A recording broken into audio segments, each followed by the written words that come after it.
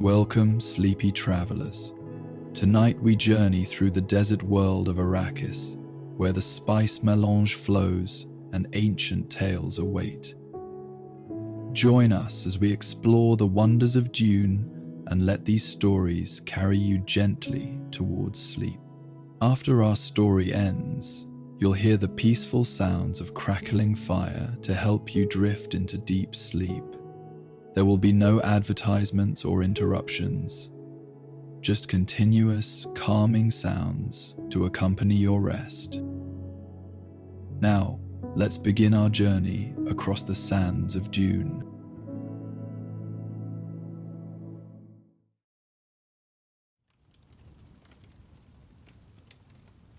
In the cool twilight hours of Arrakis, when the scorching heat of the day finally surrendered to the embrace of evening's gentler touch, a lone figure appeared on the horizon of the western basin. The silhouette moved with the unhurried grace of one accustomed to conserving energy in the desert, each step measured and deliberate against the backdrop of crimson cliffs. As the figure drew closer to the half-forgotten Fremen outpost nestled in the shadow of ancient rock formations, curious eyes began to take notice. The stranger wore the traditional still suit of desert travelers, but carried something unusual strapped across his back. A long, slender case crafted from the hollowed spine of a small sandworm, polished to a soft luster by years of careful handling. The children of the outpost were the first to abandon their water collection duties, gathering at the perimeter with wide, wondering eyes that reflected the deepening purple of the evening sky. "A traveler comes," whispered an elder named Falage, his weathered hand shielding eyes that had witnessed 80 seasons of spice harvests. And not just any traveler. The visitor paused at the boundary marker of the settlement, respectfully awaiting formal acknowledgement, as was the custom among the Fremen. Stilgar, the naib of this modest siege outpost, approached with the dignified bearing of a desert leader. "We offer you the blessing of water-sharing, stranger," Stilgar spoke, his voice carrying the gravelled texture of one who had spent a lifetime speaking over windstorms.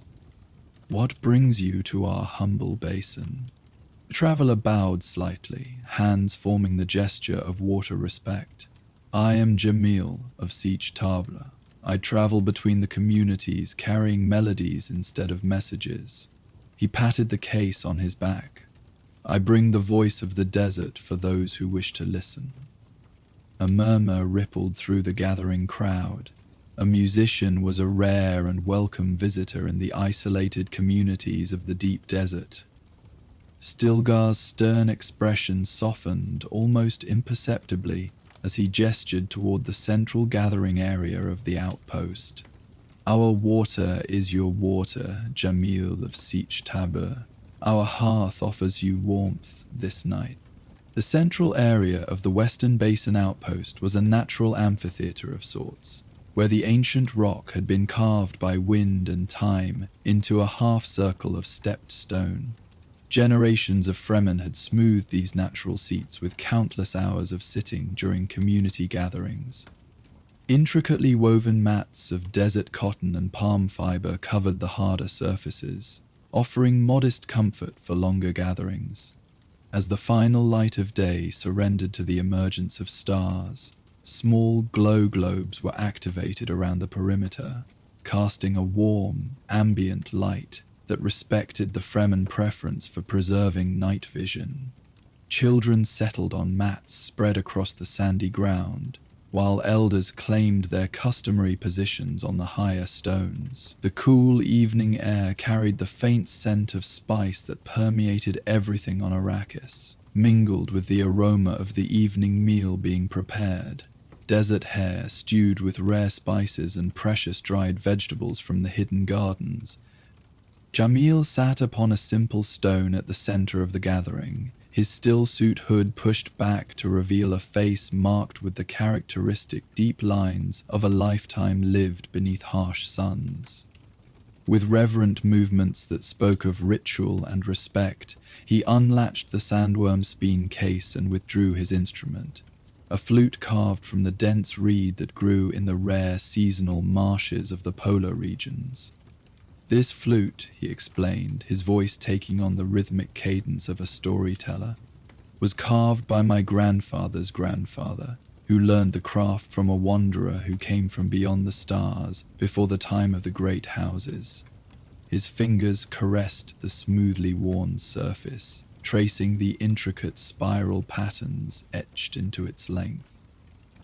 It is said that this reed grew from soil that once knew the touch of waters from ancient Terra, carried here in the heart of a settler's memento. An elderly woman named Safia, her blue within blue eyes clouded with the milky veil of advanced age, leaned forward from her seat. "I remember such music," she said, her voice barely above a whisper, yet carrying clearly in the respectful silence. "My beloved Farik played such melodies before he fell during the siege of Arrakis, in the time of the old duke's father." Jamil nodded respectfully to the widow.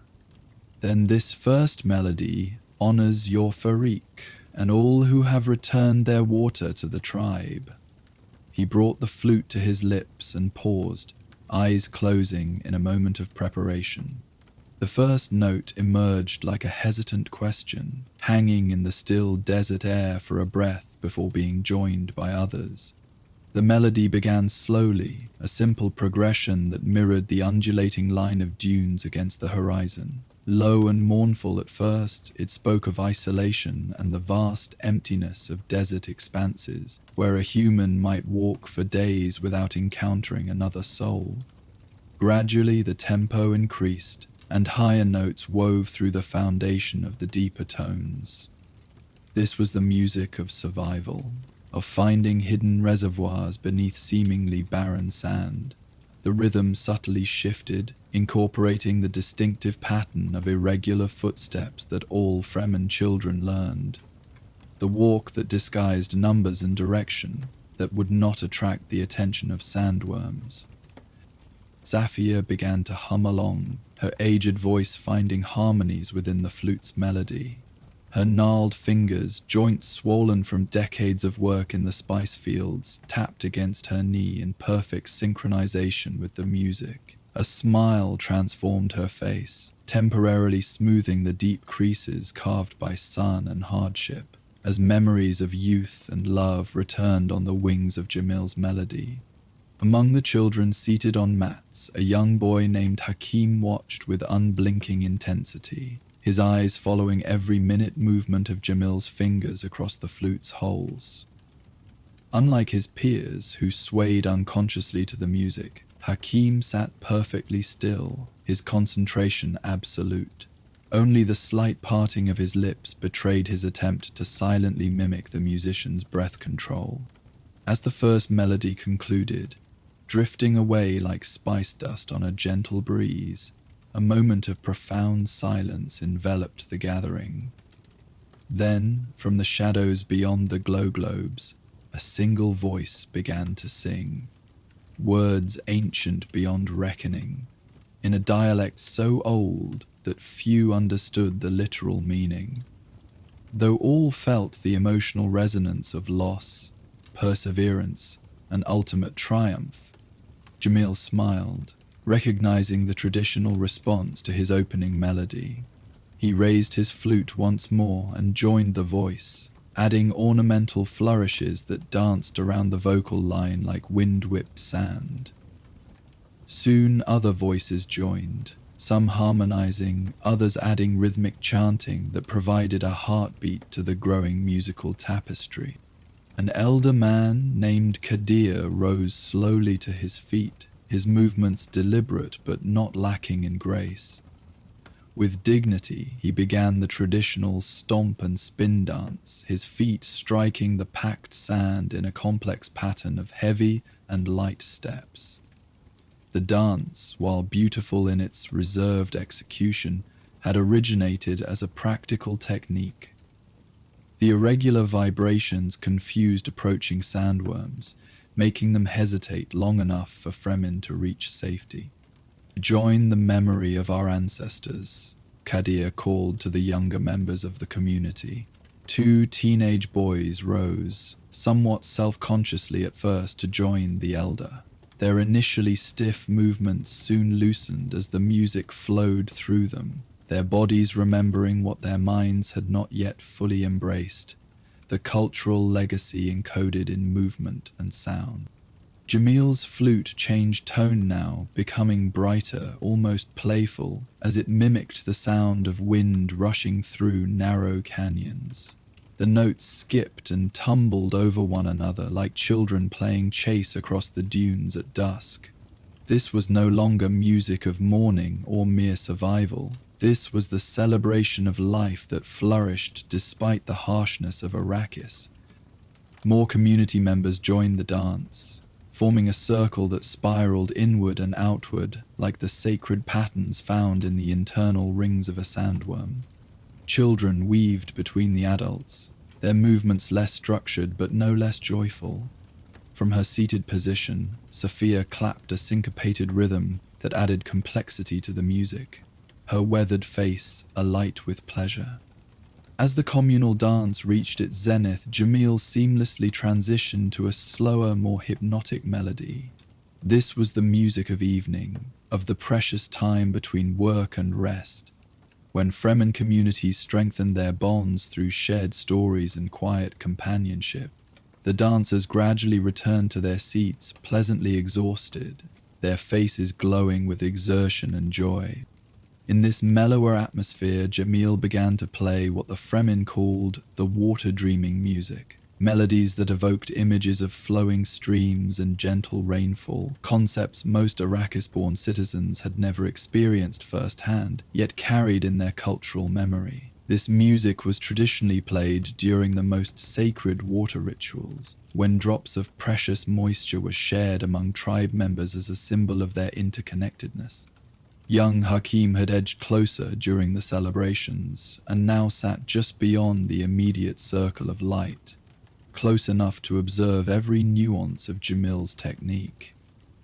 The boy's fingers moved in his lap, silently practicing the fingering patterns he observed. When Jamil paused between melodies, Hakim gathered his courage and spoke. "Could you teach me, Wanderer?" he asked, his voice small but determined. "I hear the songs in my dreams, but my fingers cannot find them in waking hours." A ripple of gentle laughter passed through the gathering, not mocking but affectionate. Hakim's fascination with music was well known in the small community, his makeshift instruments crafted from hollow stones and stretched lizard skin, familiar sights around the outpost. Jamil considered the boy with kind eyes. "The flute chooses its voice as much as the player chooses the flute," he said. "But I see the music already lives within you." He reached into his case and withdrew a smaller reed flute, simpler in design than his own mastercraft instrument. "This was my learning flute when my hands were still growing. Perhaps it will help your fingers find the melodies in your dreams." Hakim's eyes widened as he accepted the gift with trembling hands, performing the formal water gratitude gesture with perfect precision despite his excitement. "I will honor its thirst," he promised, using the traditional phrase that acknowledged the obligation that came with any gift, the responsibility to nurture and respect it. "Play for us, Hakim," called Stilgar, his gruff voice softened by the evening's communion. "Let us hear the first breath of your music." The boy hesitated, clutching the flute to his chest. Then, with a determined expression, he brought it to his lips. His first attempt produced only a whispered hiss of air, causing several children to giggle. Hakim's cheeks burned, but Jamil leaned over and gently adjusted his finger position. "The flute is like the desert itself," the musician explained, loud enough for all to hear. "It reveals its secrets only to those patient enough to listen and learn its ways." With this guidance, Hakim tried again. This time, a clear note emerged, uncertain and wavering but definite. The simple sound hung in the air, a singular expression of human creativity amidst the vast indifference of the desert. The community responded with a soft murmur of approval, acknowledging both the boys' courage and the symbolic importance of new music being born among them. As the evening deepened into night, Jamil continued to play, his melodies growing progressively more soothing and hypnotic. The music now evoked the gentle shifting of sand in a barely perceptible breeze, the distant heartbeat of the planet itself as it turned beneath the canopy of stars. Children curled up on their mats, eyes growing heavy despite their desire to hear more music. Adults spoke in hushed tones between melodies, sharing observations and memories prompted by particular tune.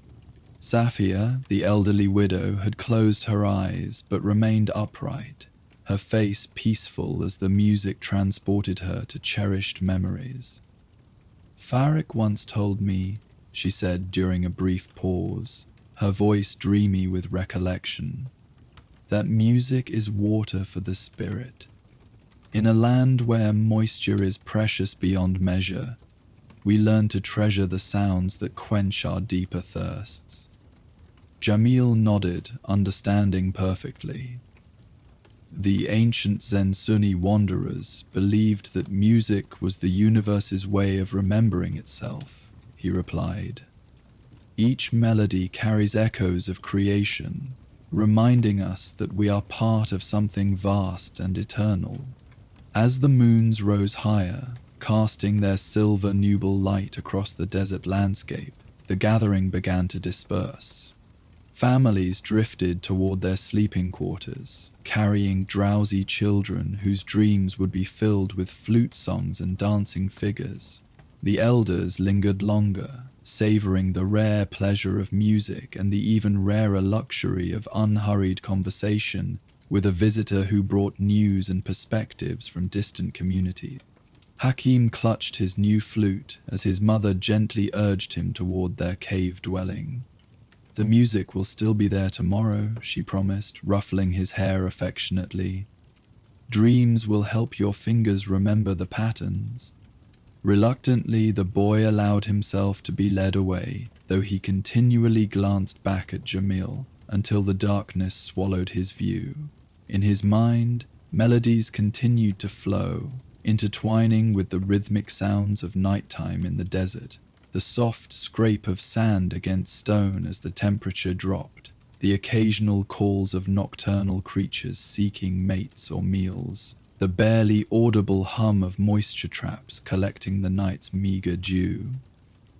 As the gathering diminished to just a few dedicated listeners, Jamil's music became more experimental, exploring complex harmonies and rhythms rarely heard in traditional Fremen compositions.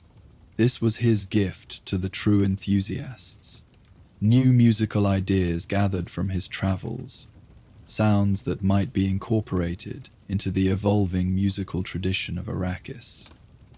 Stilgar, though not naturally inclined toward artistic pursuits, remained among this final audience. As Naib, he understood the value of all resources that sustained his people. Not just water and spice, but also the intangible nourishment of culture and beauty. "Your music honors us," he told Jamil when the musician finally lowered his flute, the night now deep and star-filled above them. "It reminds us why we struggle to survive, not merely to exist, but to preserve what makes us human despite the desert's demands."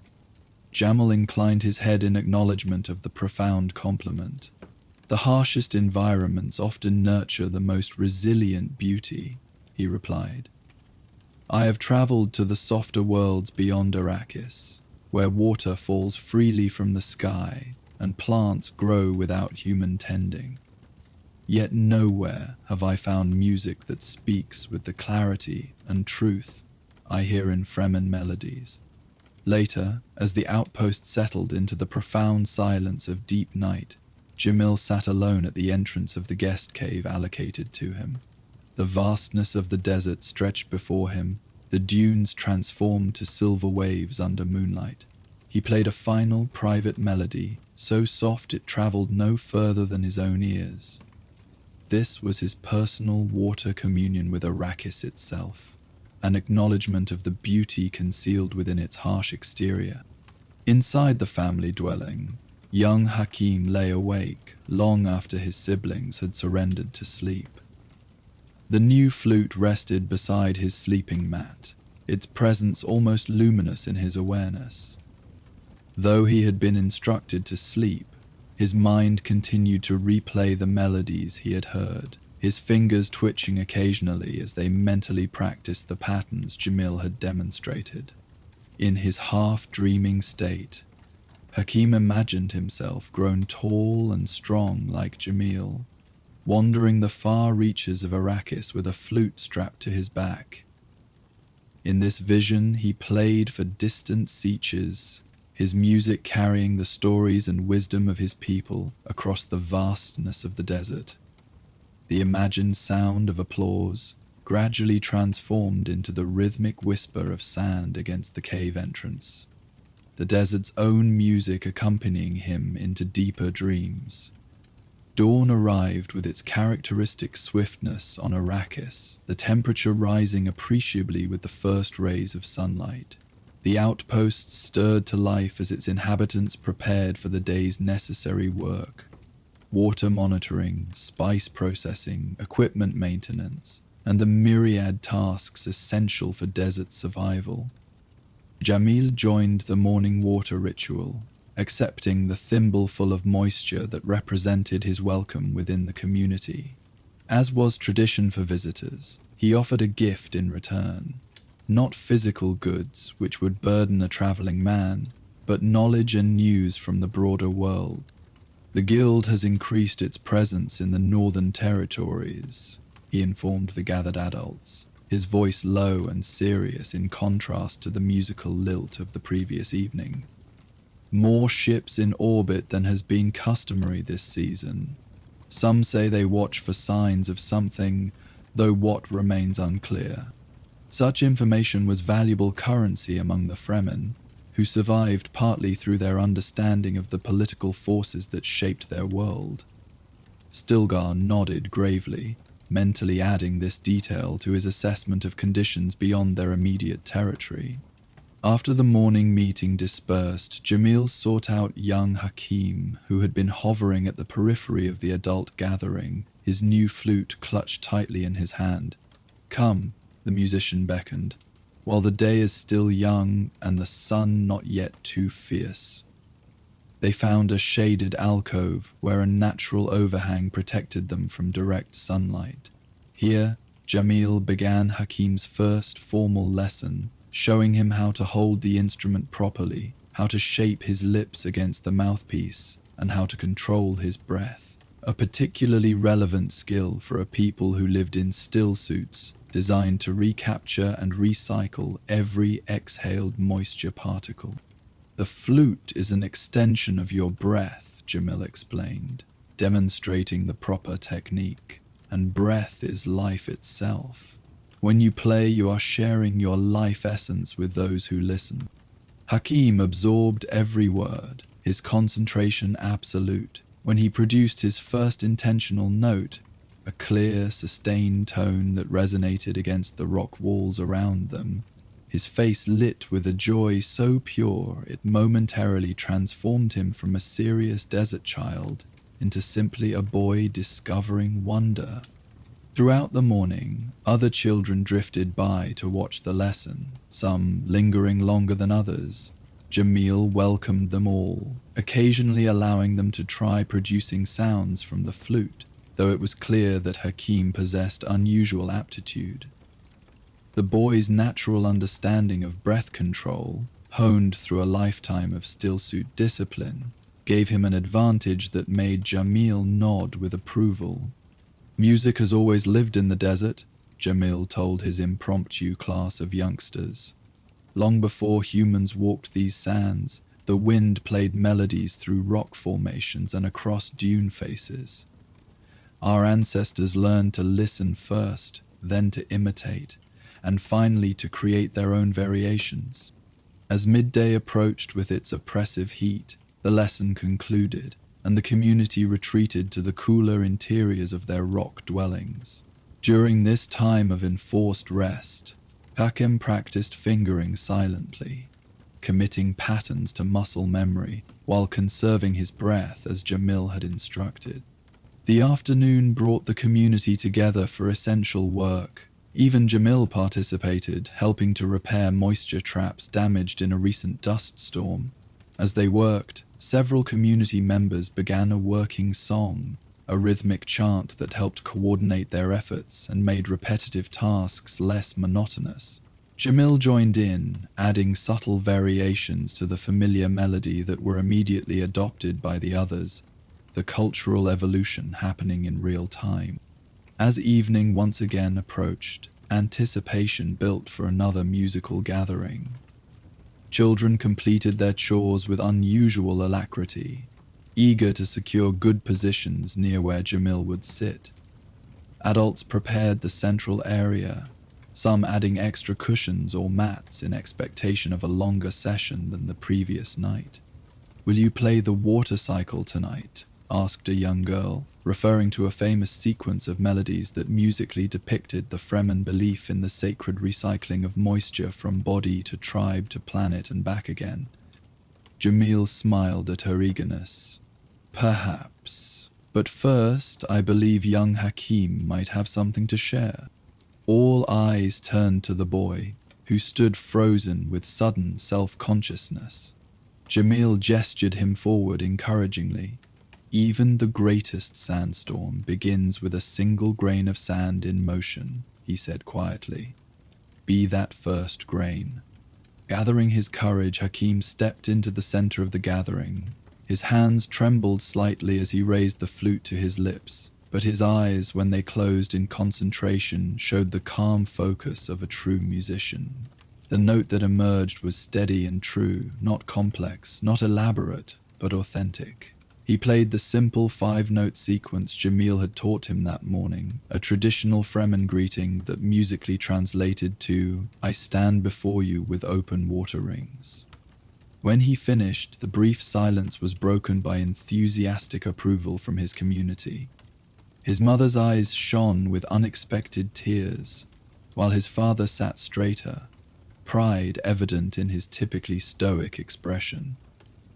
Stilgar, the practical leader who valued useful skills above all, nodded with surprising approval. "Already the flute recognizes your voice," Jamil said, loud enough for all to hear. "This is a beginning worthy of celebration." Taking up his own instrument, Jamil began to play a melody that incorporated Hakim's simple sequence, elaborating around it, demonstrating how the most complex music grew from fundamental patterns. Other community members began to add percussive elements, hands clapping rhythmically, feet stamping patterns into the sand, vocal drones providing harmonic foundation.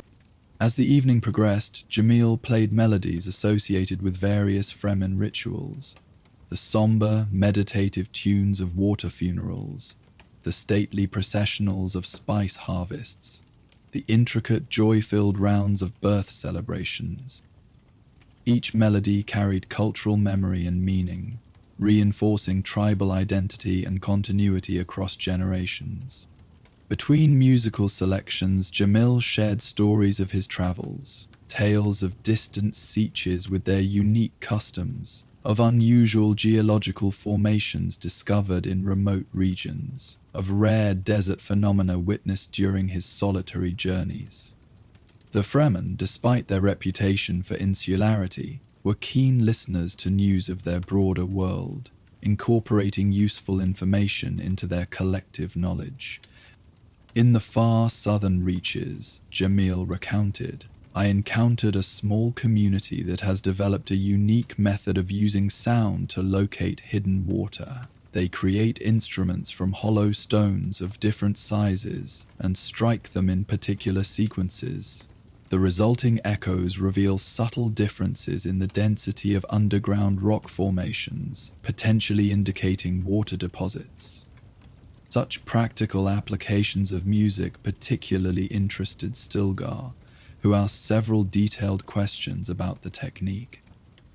This integration of artistry and survival was characteristic of Fremen culture, where beauty rarely existed without purpose, and necessary tools were nonetheless crafted with aesthetic consideration.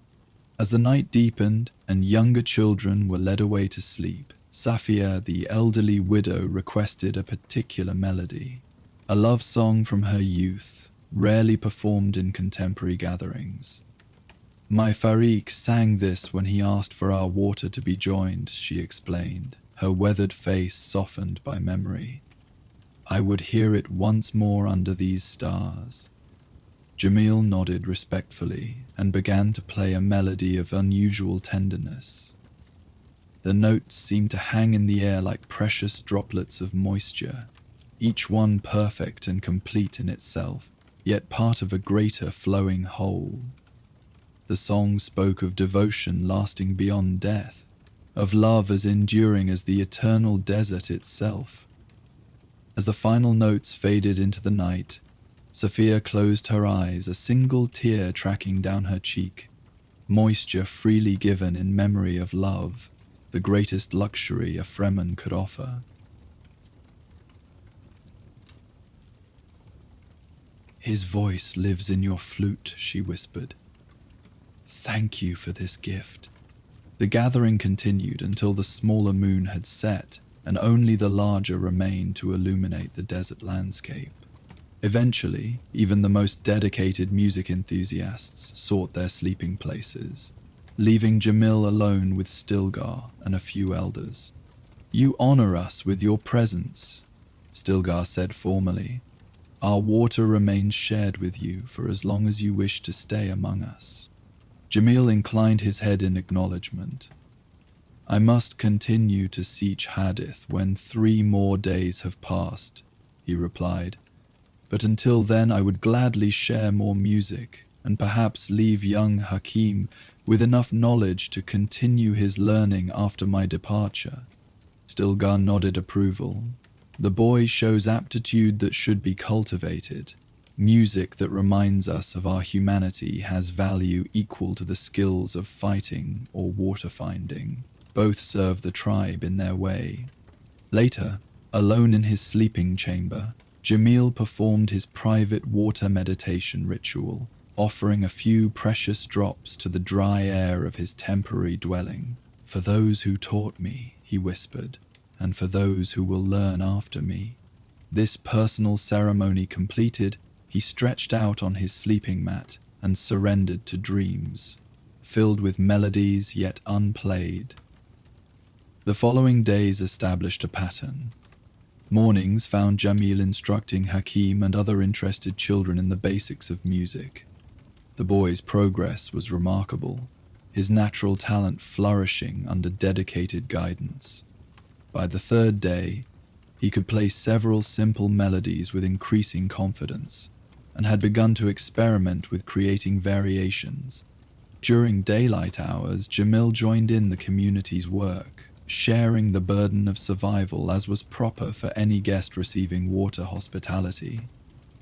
Evenings brought the community together for music and storytelling, with Jamil introducing them to melodies from distant sieches and, occasionally, from off-world sources adapted to Fremen musical sensibilities. On the afternoon before his planned departure, Jamil took Hakim to a secluded spot some distance from the outpost, a small rocky overhang that created natural acoustics, amplifying and enriching any sounds produced beneath it. Here he shared more advanced techniques and, more importantly, the philosophy that guided his musical journey. "The desert teaches us that scarcity creates value," he told the attentive boy. "Where water is precious, each drop is appreciated.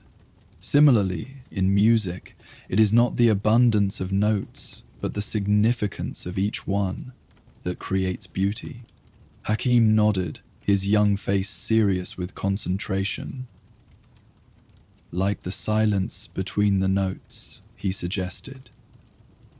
that has meaning too. Jamil smiled, pleased with the insight. Exactly so. The silence is as important as the sound, just as the empty space of the desert is as vital as the inhabited Seaches. Without one, the other loses meaning. That evening, the entire outpost gathered for Jamil's final musical sharing. The atmosphere was both celebratory and tinged with the melancholy of impending farewell. Children presented him with small gifts: polished stones, intricately woven bracelets of desert cotton, a knife sheath embossed with decorative patterns. As the gathering settled, Jamil began with a traditional melody of gratitude, his flute singing with warm, resonant tones that expressed appreciation beyond what words could convey. The community responded with their own musical offering, a welcome song adapted into a farewell, with lyrics modified to wish him safe travels rather than comfortable stay. Midway through the evening, Jamil invited Hakim to join him for a duet. Together they played a simple harmony, Jamil's complex elaborations weaving around Hakim's more straightforward melody, like a protective parent walking beside a child. The boys playing while still developing showed remarkable improvement and, more importantly, genuine musical sensitivity. The music will continue here, Jamil announced to the gathering, through Hakim's dedication and your support of his gift.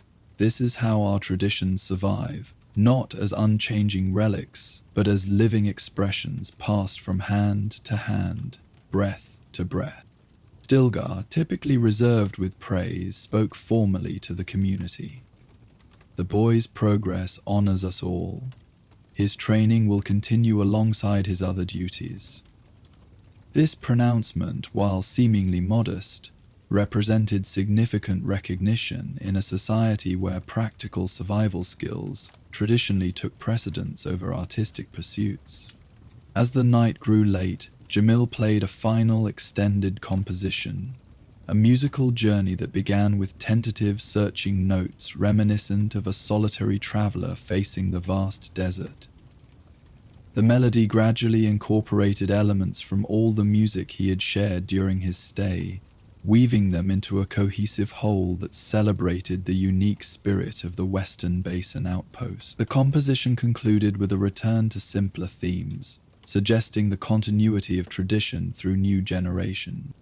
In the pre-dawn darkness of the following morning, Jamil prepared for departure. The community gathered to share a final sip of water fellowship and to witness his leaving. Hakim stood close to his mother, clutching his flute and struggling to maintain the emotional reserve expected of Fremen youth. Remember, Jamil told him quietly, the music never truly leaves. Even in silence, it waits within you. The boy nodded, blinking rapidly against threatening tears. With sudden decision, he raised his flute and played the traditional Fremen farewell, a brief, poignant melody that wished safety upon travelers and promised reunion under future moons. Jamil smiled with approval and responded with the customary musical acknowledgement. Then, with a final bow to Stilgar and the assembled community, he turned and walked into the lightning desert, his figure gradually diminishing against the vast landscape until it disappeared entirely. The outpost returned to its normal routines, but subtle changes remained as evidence of Jamil's visit. During work parties, people were more likely to sing the enhanced versions of traditional labor songs.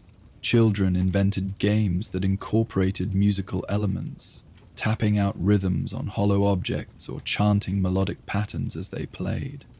Most significantly, Hakim continued his practice with unwavering dedication. Each dawn found him at the edge of the outpost, playing quiet greeting melodies to the rising sun. Throughout the day, during brief moments between chores, he would practice fingering patterns or experiment with creating new musical phrases. By evening, he often played for smaller gatherings of family and friends, gradually building confidence in his developing abilities. 1 month after Jamil's departure, as the larger moon illuminated the desert with silver moonlight, Safia, the elderly widow, sought out Hakim. "Play the love song," she requested, referring to the melody Jamil had performed for her. "My eyes grow dim, but my ears still hunger for beauty." Though nervous about attempting such a significant piece, Hakim honored her request. His rendition lacked the technical mastery of Jamil's performance, but it carried its own authentic emotion. The earnest interpretation of youth honoring age, of new life paying respect to love that had endured beyond death. When he finished, Safia reached out with trembling hands to touch his face. "The circle continues," she said softly. "What is precious never truly dies, if we carry it forward with reverence." Seasons passed. The harsh extremes of Arrakis continued to challenge the outpost's inhabitants, but music had become more thoroughly integrated into their daily existence. Hakim, growing taller and more skilled with each passing month, began to compose his own melodies, simple at first, then increasingly complex as his understanding deepened. 2 years after Jamil's visit, a massive sandstorm forced the community to shelter in the deepest recesses of their rock dwellings for 3 terrifying days. When they finally emerged to assess the damage, they found much of their external infrastructure destroyed. Water catchments had been ripped away, solar collectors shattered, and precious equipment buried beneath tons of shifted sand. As the initial shock gave way to the practical necessity of rebuilding, Stilgar called the community together. "We have survived," he stated simply. "Now we must work as one body to restore what was lost." The labor was exhausting, the conditions punishing as they worked beneath the unforgiving sun. Midway through the first day of clearing debris, Hakim, now a lanky adolescent rather than the small boy who had first received Jamil's flute, retrieved his instrument from its protective case. Without announcement or preamble, he began to play a working melody, the rhythm perfectly matched to the task of shoveling sand. The effect was immediate. Bodies that had been moving mechanically, driven by necessity rather than spirit, began to find new energy. The melody provided structure and purpose, transforming individual laborers into a unified force. By the 5th day of reconstruction, multiple musical interludes had become incorporated into the work schedule. Hakim sometimes played alone, but more often led communal singing or invited others with musical inclinations to participate. The music did not lighten the physical burden, but it nourished the spiritual resilience necessary to continue. On the evening of the 10th day, with much of the essential infrastructure restored, Stilgar formally acknowledged Hakim's contribution. "The musician serves the tribe," he announced, using the ceremonial phrasing that recognized a valuable community role. "His breath becomes our breath, his rhythm strengthens our hands." This formal recognition represented the full integration of music into the practical value system of the outpost, no longer seen as merely recreational or ornamental, but as essential to community resilience, as water discipline or combat training. In the years that followed, Hakim's reputation spread beyond the Western Basin. Visitors from other Sietches sometimes made detours specifically to hear him play, bringing melodies from their own communities to exchange for his compositions. Young children within the outpost began to show interest in learning music, with Hakim patiently guiding them as Jamil had once guided him. On a particularly clear evening, 5 years after Jamil's original visit, as Hakim played for a gathering that included representatives from 3 different Sietches, a familiar figure appeared on the horizon. The once boy, now a young man recognized across multiple communities for his musical gifts, immediately recognized the measured gait and distinctive silhouette. Without interrupting his current melody, Hakim smoothly transitioned into the welcome song, the very first complete piece Jamil had taught him. The returning traveler paused at the outpost's boundary, listening with evident pleasure before raising his own flute in musical response. As Jamil approached the gathering, those present could see that the years of desert wandering had etched deeper lines into his face. His hair now showed streaks of silver, and he walked with the slight stiffness of middle age. Yet his eyes retained their keen brightness, and his hands on the flute moved with undiminished grace. Stilgar performed the formal water-sharing welcome, then stepped aside as Hakim approached his former teacher. No words were necessary as the two musicians raised their flutes in unison, beginning a spontaneous duet that spoke of separation and reunion, of knowledge passed forward, and of the enduring beauty that flourished even in the harshest environments. Around them, the community of the Western Basin, somewhat larger now than it had been 5 years prior, with new children playing among the rocks and new dwellings carved into the cliff face, gathered in appreciative silence. They understood they were witnessing not just a reunion of two individuals, but the living embodiment of their cultural continuation, the tangible proof that what was valuable would survive through cycles of scarcity and plenty, through the coming and going of storms and seasons. Later, as most of the community retired for the night, Jamil and Hakim sat together beneath the star-filled sky, speaking quietly of musical techniques and philosophical insights. "I have visited 17 Sitges since I last walked these sands," Jamil said, "and in each one I spoke of the talented young musician of the Western Basin. Your compositions have traveled beyond your footsteps." Hakim accepted this praise with the mature humility he had developed alongside his musical skills. "The music belongs to the desert and its people," he replied. "I am merely the vessel through which it flows for a time." Jamil nodded approval at this perspective. "You understand the deepest truth of music, then. We do not create it.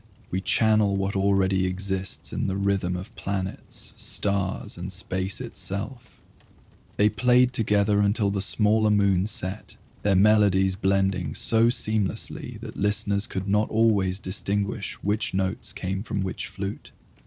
This musical conversation, part reminiscence, part exploration of new ideas, continued the tradition of knowledge exchange that had defined Fremen culture since their earliest days as desert survivors. As the eastern sky began to lighten with approaching dawn, Jamil placed a hand on Hakim's shoulder. "The cycle continues through you," he said simply. "My wandering days grow shorter as age walks beside me, but the music will continue as long as desert winds shape the dunes." In that moment of connection, both musicians understood a truth that transcended their individual lives.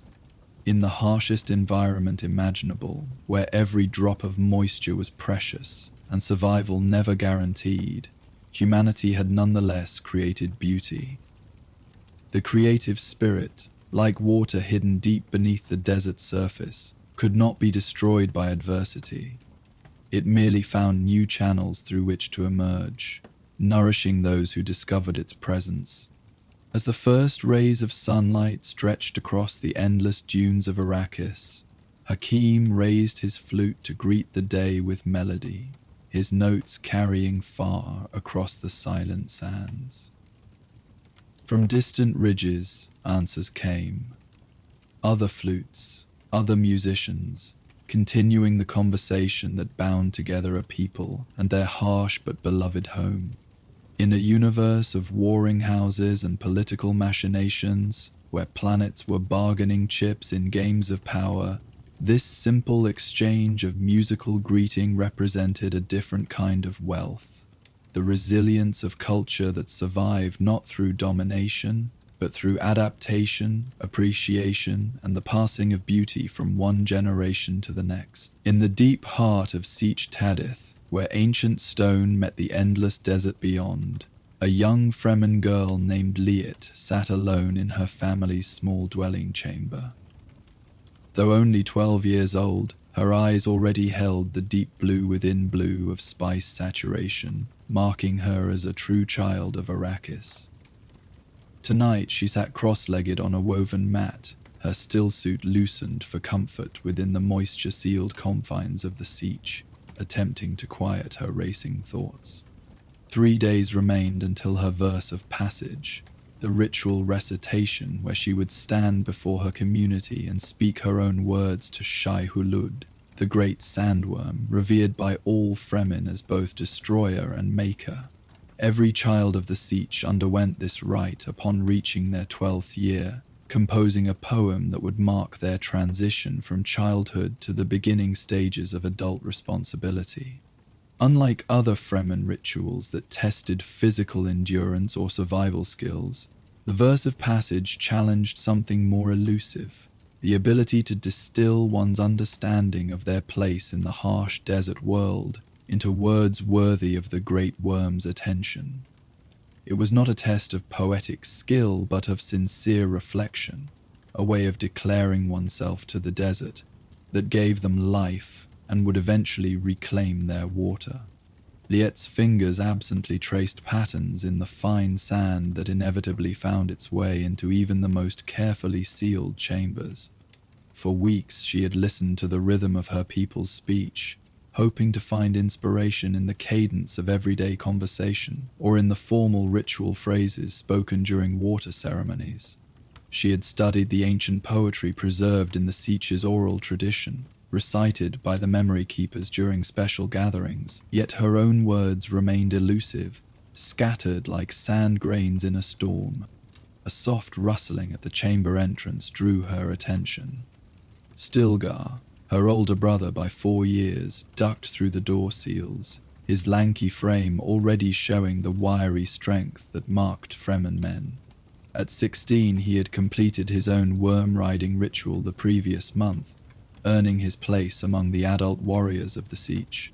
"Still seeking words from the sand?" he asked, his tone gentler than his usual gruff manner.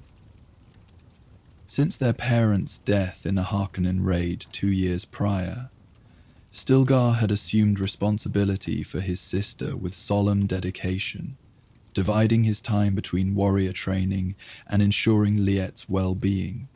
She nodded, frustration evident in the tightness around her eyes. "The words hide from me. Perhaps Shai Hulud finds me unworthy of speech." Stilgar settled beside her on the mat, his movements economical, as all Fremen learned to be from earliest childhood. "Do you remember my verse of passage?" he asked, a rare smile softening his features. Liet nodded. How could she forget? 4 years ago her brother had stood before the gathered Sietch, his voice ringing with fierce pride as he recited a poem of such blazing intensity that several elders had exchanged concerned glances.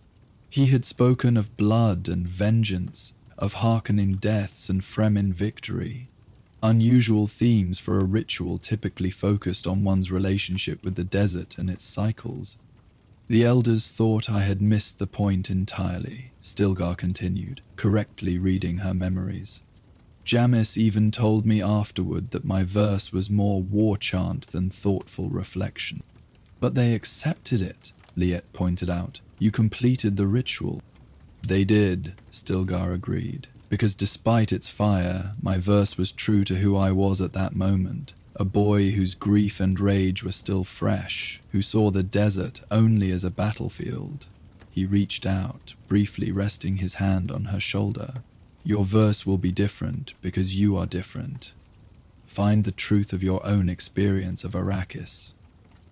With that simple advice, he rose and left her to her thoughts, his presence replaced by the subtle sounds of Sietch life, distant conversations, the soft scrape of work being done, the barely perceptible hum of wind through the complex ventilation systems that kept the underground community habitable.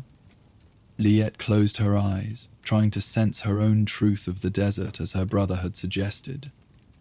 Unlike Stilgar, whose experiences had been shaped by violence and loss, Liette had found different lessons in the harsh landscape of Arrakis. Where was her voice in relation to the endless sands? As evening deepened into night, preparations began throughout the siege for the coming rest period. Glow globes were dimmed to their lowest settings, conserving precious energy while still providing enough illumination for safe movement through the winding passageways.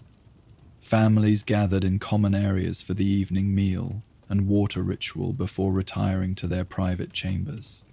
Liette joined her age mates for their communal dinner, seated in a circle around a shared platter of spice-infused food. The conversation inevitably turned to the approaching Versa Passage ceremony, as 3 other children would also participate alongside Liette. "My verse is prepared," announced Chani, a slender girl with uncommonly red-tinged hair, her confidence evident in every syllable.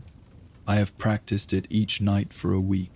"Mine as well," said Farad, a quiet boy whose skill with mechanical devices had already earned him apprenticeship with the Siege's equipment master. "Though I still make changes when new thoughts come."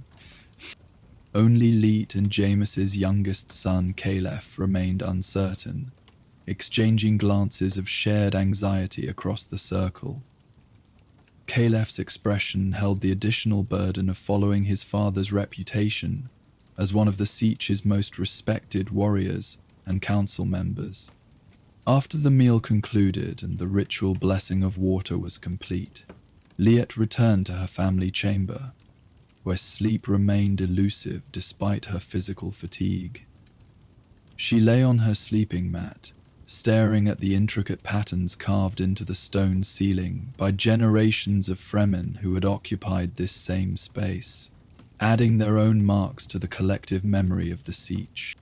"The words will come," she whispered to herself, repeating the reassurance that Sayedina Ramallo, the Siege's oldest woman, had offered earlier that day. "They wait like water beneath the sand." Eventually, physical exhaustion overcame mental restlessness, and Liette drifted into uneasy sleep. Almost immediately, her consciousness slipped into the vivid dreamscape that often accompanied proximity to the ever-present spice that permeated all aspects of life on Arrakis. In her dream, Liette found herself standing alone on an endless expanse of open desert, the sand stretching to every horizon without interruption. The sky above held an unfamiliar darkness, not the star-speckled black of night, but a deep, impenetrable void that seemed to both threaten and protect. The sand beneath her bare feet, for in the dream she wore no stillsuit, no protective gear of any kind, felt cool rather than scorching, gentle rather than abrasive. As she stood in perfect stillness, she became aware of a distant vibration.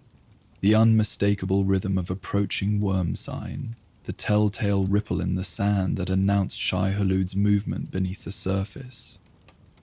In waking life, such a sign would trigger immediate action, a call for evacuation, a dash for rocky terrain, the deployment of hooks if riding was intended. But in the dream, Liette felt no fear, only a strange anticipation. The vibration grew stronger, sand beginning to dance and shift around her feet. Still, she remained motionless, somehow knowing that movement would break whatever spell held this moment in suspension between danger and revelation.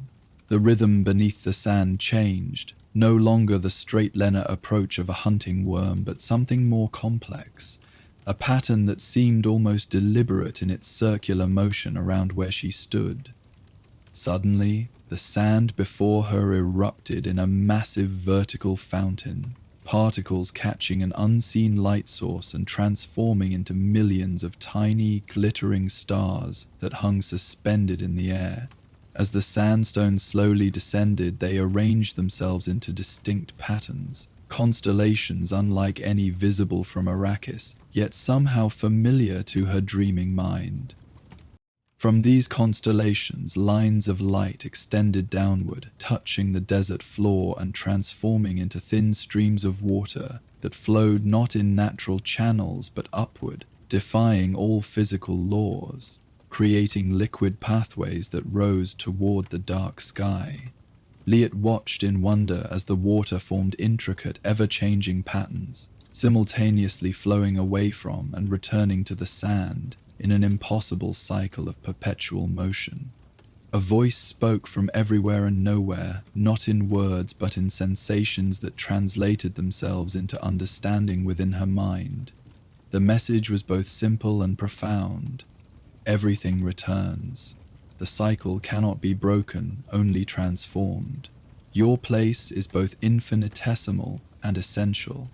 Like a single grain of sand that, moved by the wind, may begin the avalanche that changes the face of the dune.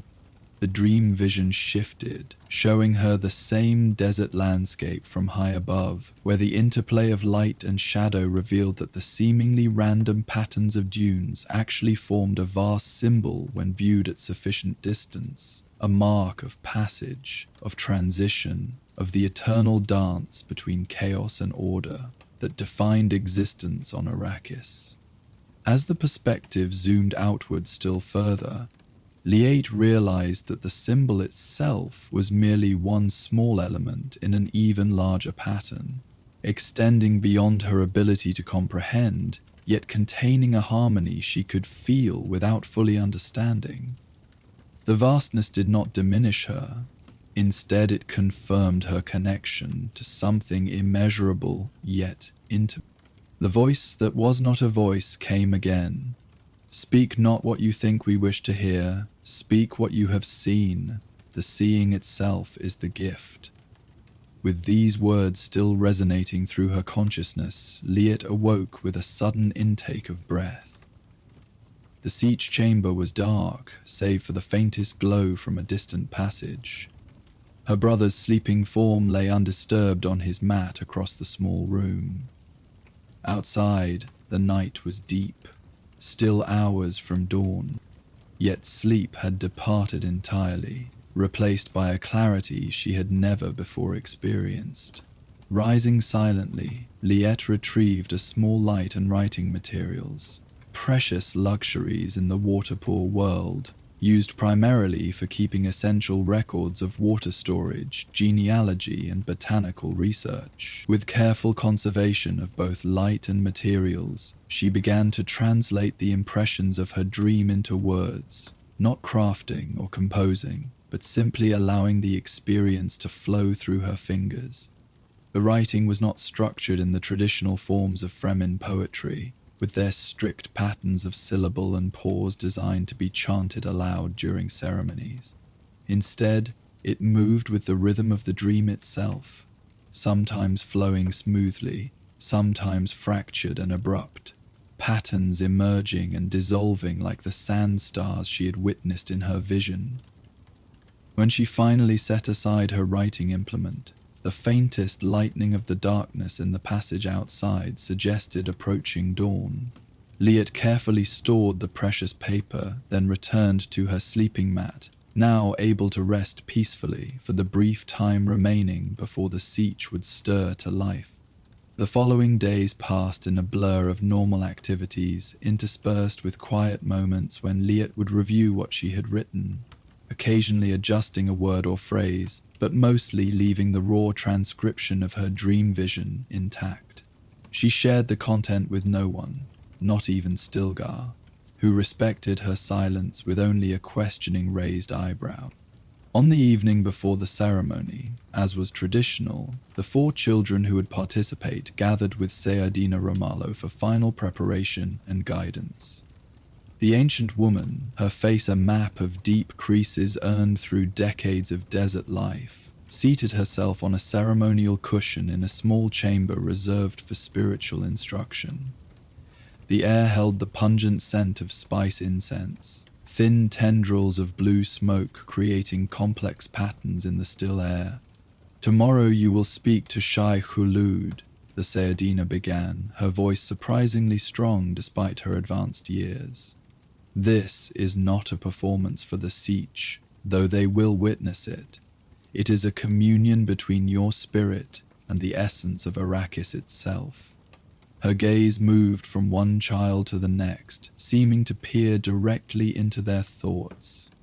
When her eyes met Liet's, the girl felt a moment of connection, as though the elder somehow glimpsed echoes of the dream that had inspired her verse. Some of you approach this moment with confidence, others with apprehension, Romalo continued. Both responses are natural, but neither is necessary. The worm does not judge your words by standards of beauty or skill. It listens not with ears, but with truth. She gestured to a small model of a sandworm carved from densely compressed sand, hardened with resin extracted from certain desert plants, a representation of Shai Hulud, used in teaching children about their most revered and feared deity.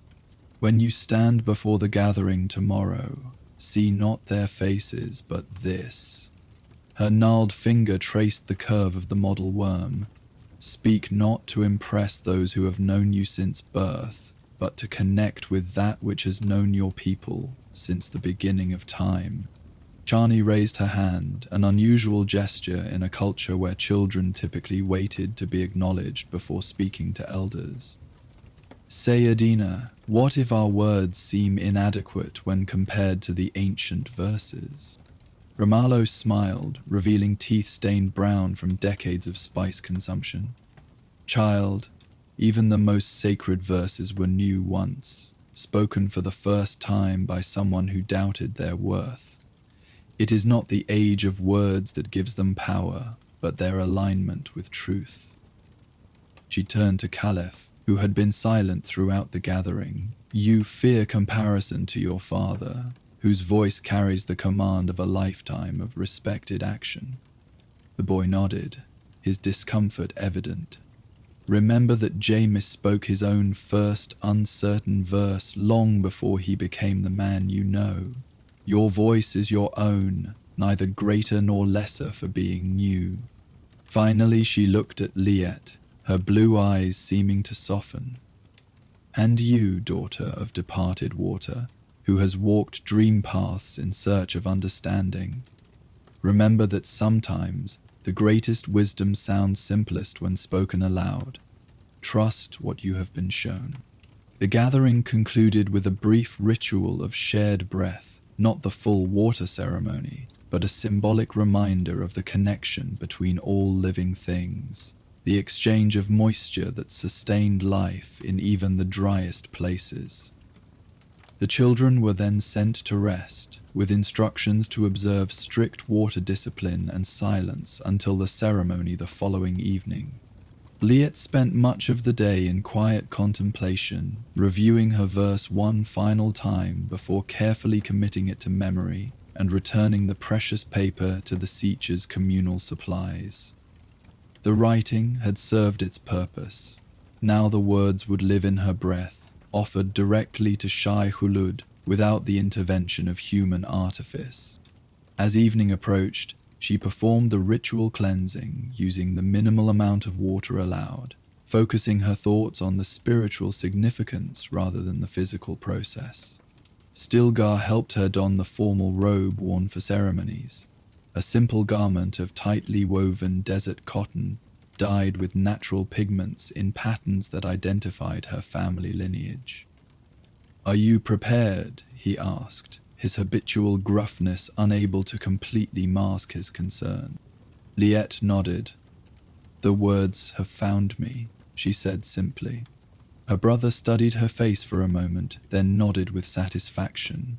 "I will be proud to witness your passage, regardless of what verses you speak." They walked together through the winding passageways of the Siege until they reached the ceremonial chamber, a natural cavern larger than most spaces within the community, its high ceiling lost in shadows despite the unusually generous illumination provided by numerous glow globes set into niches along the walls. The chamber was already filling with members of the Sietch, arranging themselves in a semicircle, facing a raised platform of natural stone. Upon the platform stood an altar of sorts, a large weathered rock with a flat upper surface, upon which sat both the ceremonial model of Shai Hulud, used in the previous night's preparation, and a small bowl containing actual sand collected from the deep desert, taken from a location where a sandworm had recently passed. This sand was considered especially sacred, believed to retain some essence of the great worm's passage.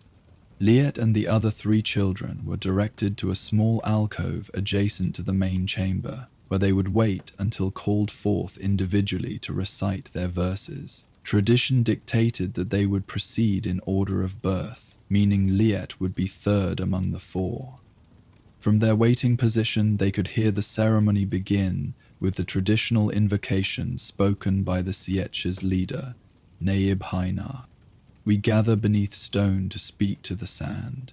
We who preserve water honor the destroyer that brings creation. As our ancestors have done since time beyond memory, we witness the words of our young as they acknowledge their place in the cycle of dust and stillness. A reverent hush fell over the gathering as Chani's name was called. The red-hale girl stepped confidently from the alcove, crossing to the platform with measured steps. She performed the ritual gestures with practiced precision, then began to recite her verse in a clear, strong voice that carried easily through the chamber. Her poem followed traditional structures, speaking of water discipline and duty to the tribe, of her readiness to assume adult responsibilities, and her gratitude for the knowledge passed down through generations. It was beautifully crafted and sincerely delivered, earning appreciative murmurs from the gathered community as she concluded and stepped down from the platform. Farad followed, his approach more hesitant but his delivery surprisingly steady. His verse focused on the tools and technologies that enabled Fremen's survival, finding spirituality in the perfect function of a stillsuit filter or the elegant design of a thumper. His unique perspective reflected his natural inclinations while still honoring the ceremonial purpose, resulting in a verse unlike any previously heard, yet thoroughly appropriate to the occasion. When Liet's name echoed through the chamber, she felt a moment of paralyzing doubt. The confident recitations of Chani and Farad seemed to emphasize the unusual nature of what she intended to share. For a heartbeat, she considered abandoning her dream-inspired verse in favor of something more conventional. Then she remembered the voice from her vision. "Speak what you have seen. The seeing itself is the gift." With renewed determination, she stepped into the main chamber, feeling the collective gaze of her community as a tangible weight. She approached the platform, noting Stilgar's encouraging nod from his position near the front of the gathering. Climbing the short distance to stand before the altar, she performed the ritual gestures, right hand extended toward the model, left hand touching the bowl of sacred sand, eyes closing briefly in acknowledgement of the great worm's power. When she opened her eyes, she followed Sayadina Romalo's advice, focusing not on the sea of watching faces, but on the sandworm model before her. Drawing a deep breath, she began to speak, her voice initially soft, but gathering strength with each word. "I dreamed I stood barefoot on the sand, no stillsuit, no protection, no fear. The great maker circled beneath me, not as hunter, but as teacher. I was a grain among infinite grains, insignificant yet essential, for when the wind chooses a single grain to move, the face of the entire dune may change. I saw water defy its nature, flowing upward towards stars made of sand, everything returning, everything transforming, the cycle unbroken yet never the same. From high above I witness patterns that cannot be seen from where we stand. What looks like chaos holds perfect order. What seems random creates sacred symbols. I am small in the vastness of desert. I am vast in the purpose of being. My water will return. My breath will continue in forms I cannot imagine from here. Shai-Hulud. I offer not wisdom but wonder, not answers but better questions, not mastery but surrender to the truth that you have always known. We are the desert watching itself. We are the sand learning its name. We are the water eternally cycling through forms that rise and fall like dunes. I have seen, I have been seen. I am awake within the dream. I am a dream within the waking. I am passage, I am past.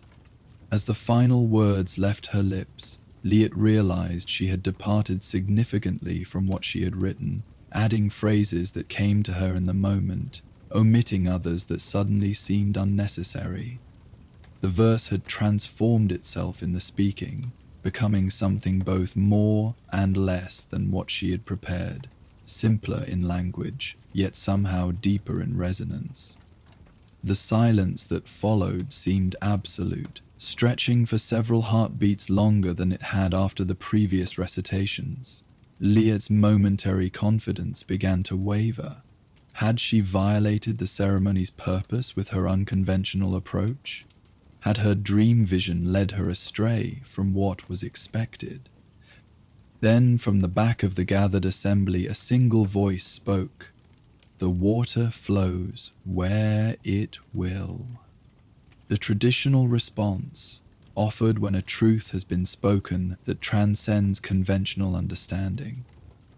Other voices joined, repeating the phrase in a growing murmur that spread through the chamber like ripples in a water basin. The water flows where it will. Liet completed the ritual by taking a pinch of the sacred sand and touching it to her forehead, then stepped down from the platform, on legs that suddenly felt unsteady with relief. As she returned to the waiting alcove, she passed Caliph, who regarded her with wide eyes and what might have been a flicker of panic at the prospect of following her unusual recitation. She whispered to him as they passed, "Speak your truth, not mine." The boy nodded, squaring his shoulders as his name was called.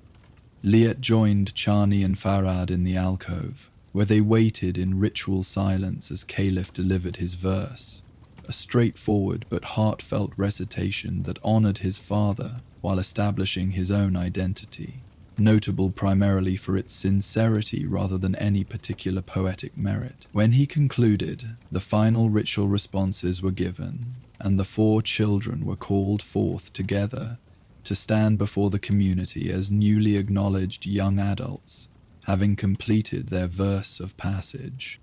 Naib Hanar concluded the ceremony with the traditional blessing. These voices have been added to our tribal memory. These words have been offered to Shai-Hulud. These children have taken their first steps on the path to full membership in our community. As water is shared, so is responsibility. As moisture is preserved, so is tradition. As the desert endures, so shall the Fremen. With these words, the formality of the occasion dissolved, replaced by the celebratory atmosphere of a community gathering. The children, now young adults in the eyes of the tribe, were surrounded by well-wishers offering congratulations and reflections on their verses. Music began from a corner where several Fremen had assembled with drums and wind instruments fashioned from desert materials, providing rhythmic accompaniment to the growing festivities. Liet found herself approached by Sayadina Ramallo, who took her hands in a gesture rarely offered to one so young. "You have been touched by the deeper vision," the elder said, her voice pitched for Liet's ears alone despite the surrounding noise. "Such dreams come rarely, even to those who walk the spice trance. Guard what you have seen, but do not fear it. Understanding will grow with time." Before Liet could respond, the Sayadina was gone, moving with surprising agility through the crowd towards some purpose of her own. Her place was taken immediately by Stilgar, who regarded his sister with an expression that combined pride with something approaching awe. "Your verse was unlike any I have heard before," he said, his habitual bluntness softened by genuine wonder. "It was as though Shai-Hulud itself spoke through you." Liette felt her cheeks warm at the praise. "It came from a dream," she admitted. "I merely tried to remain true to what I was shown." Stilgar nodded thoughtfully. "Perhaps that is the real purpose of the ceremony. Not to prove our skill with words, but to demonstrate our willingness to see truly and speak honestly." He squeezed her shoulder gently. "Whatever path lies before you, sister, I believe it will not be an ordinary one." The celebration continued around them, the 4 young participants occasionally separated by well-wishers but frequently finding their way back to each other, bound now by the shared experience of their passage. As the evening progressed, the formal ceremony transmuted into a general gathering, a precious opportunity for communal joy in lives otherwise defined by constant vigilance and discipline. Musicians played traditional Fremen melodies, their complex rhythms suggesting both the patterns of safely walking the desert and the movements of the great worms beneath the sand. Some community members moved in the traditional circle dance, their steps deliberate and precise, conserving energy even in celebration, as they had been trained to do from earliest childhood. Food was shared, simple fare but flavored with precious spices that transformed basic nutrition into culinary pleasure. The water ration for the occasion was slightly more generous than usual, though still carefully measured, the increased allowance signifying the importance of the ceremony while maintaining the discipline necessary for desert survival. As the celebration reached its peak, a hush suddenly fell over the gathering.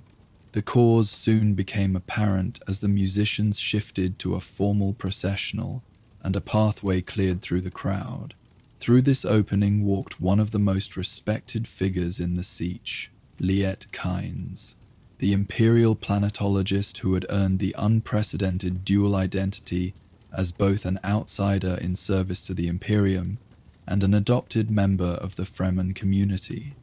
Kynes moved with the measured grace of one accustomed to both the formal courts of the Imperium and the harsh practicalities of desert life. Though his duties took him frequently away from the Siege, his rare appearances were always significant.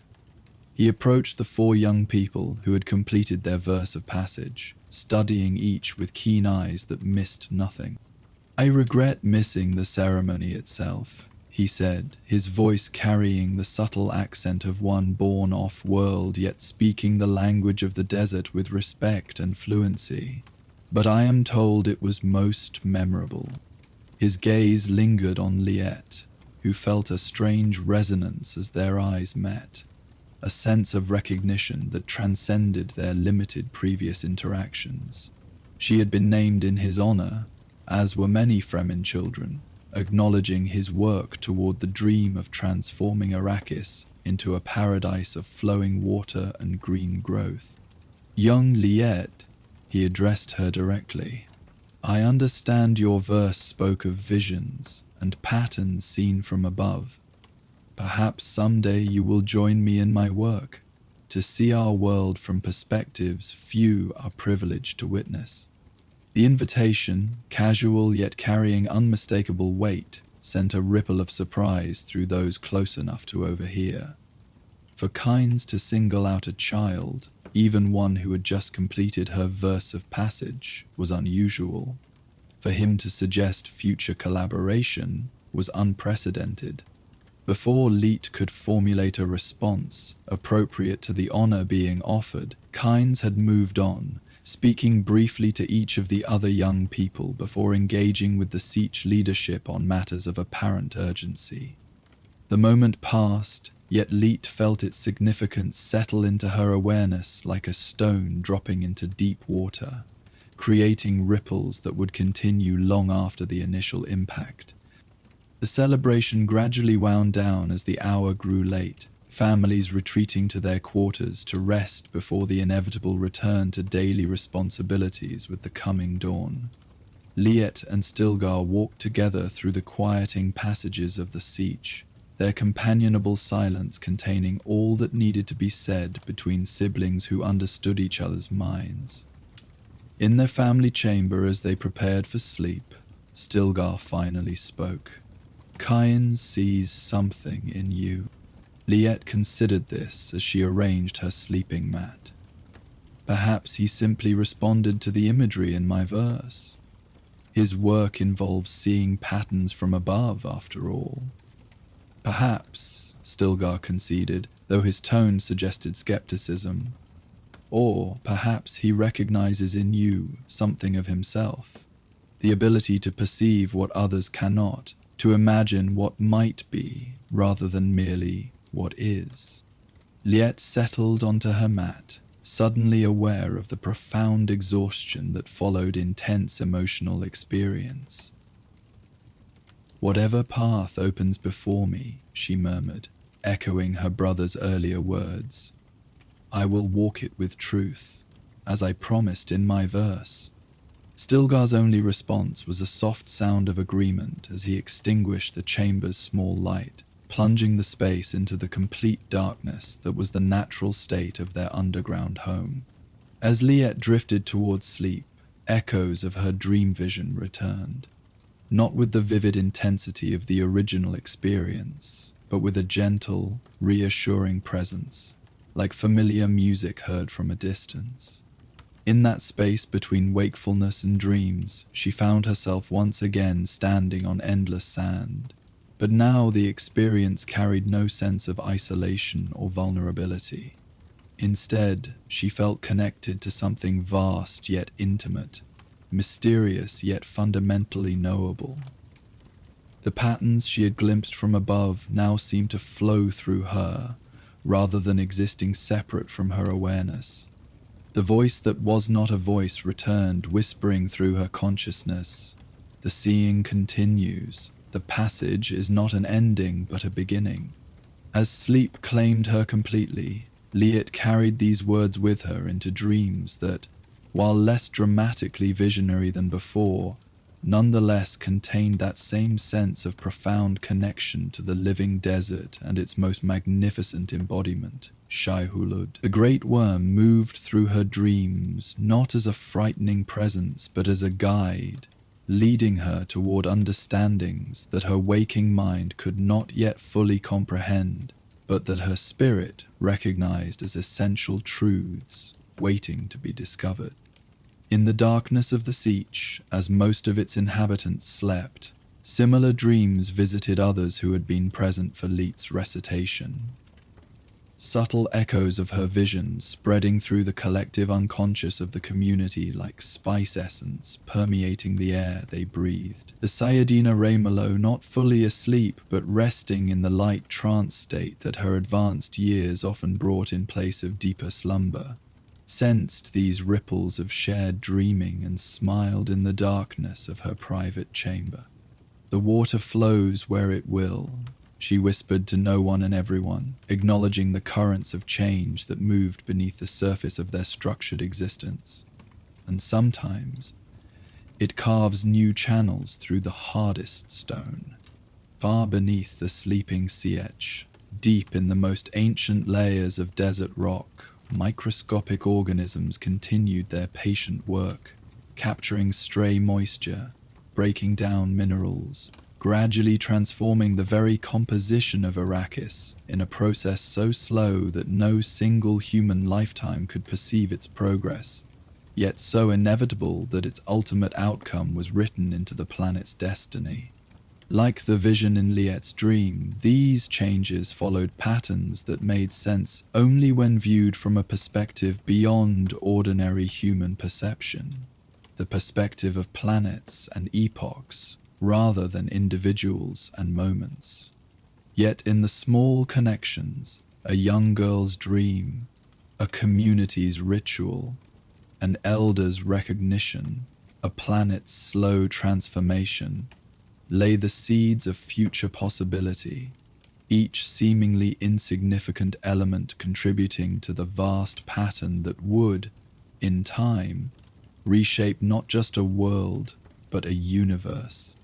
As the night deepened toward dawn, the Siege rested in the quiet awareness that tomorrow would bring a return to the constant work of survival, the endless vigilance required by their harsh environment. But beneath that practical reality lay something equally important: the continuation of traditions that preserved their humanity in the face of hardship, the sharing of visions that expanded their understanding beyond immediate necessity, and the recognition that even in the driest desert, the water of life continued to flow, sometimes visibly, sometimes hidden beneath the surface, but always present for those who knew how to perceive it.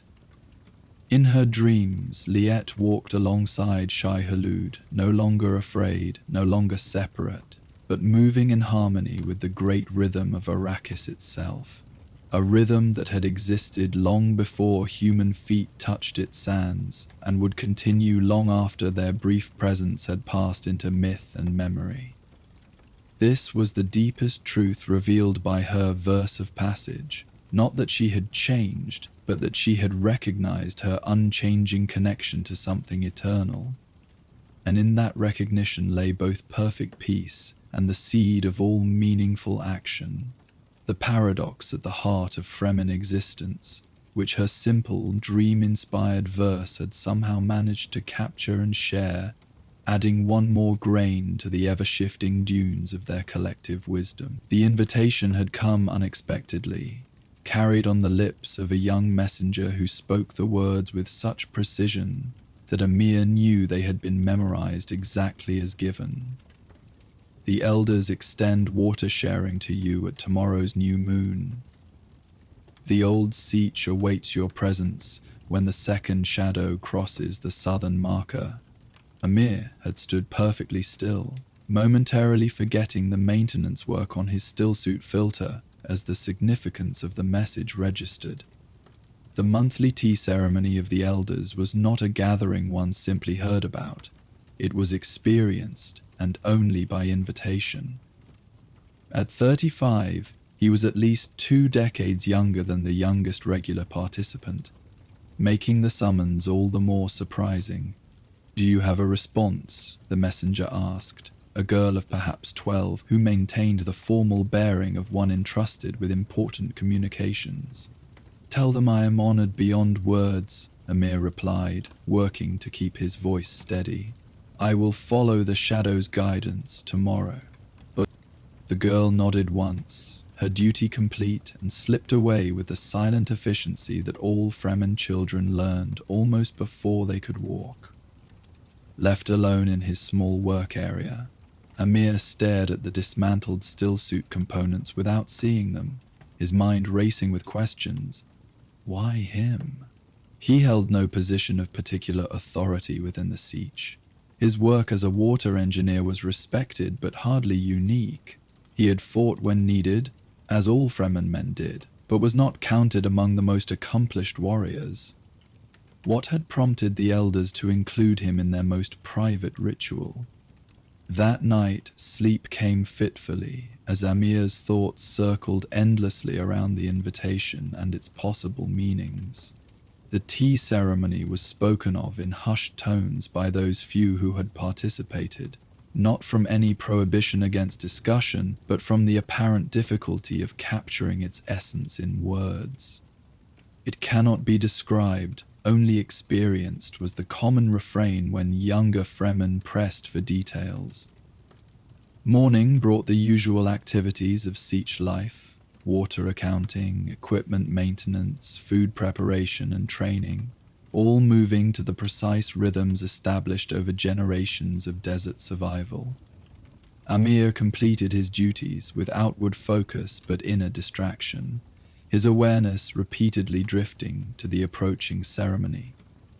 In mid-afternoon, he cleaned himself with the minimal water allocation permitted for special occasions, then donned his newest stillsuit. Over this, he placed the formal robe used for important rituals, indigo-dyed desert cotton, embroidered at collar and cuffs with the wave pattern that represented his family's ancient connection to water engineering, dating back to long-forgotten Terran origins. The southern marker mentioned in the invitation referred to a specific stone obelisk in an open courtyard near the center of the main siege complex. Amir positioned himself where he could observe the shadow cast by this marker, watching as the first of the afternoon shadows passed over the designated spot. The second shadow would follow approximately 30 minutes later, created by a secondary spire as the sun continued its westward journey.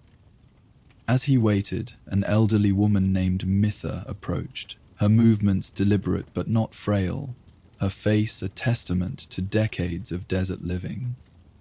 Amir recognized her as one of the regular ceremony participants, though they had rarely spoken directly.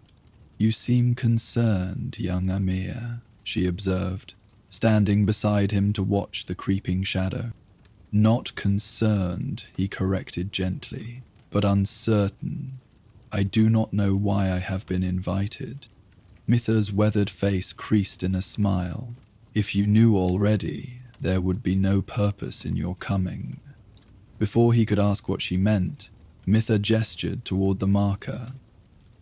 "The second shadow touches. It is time."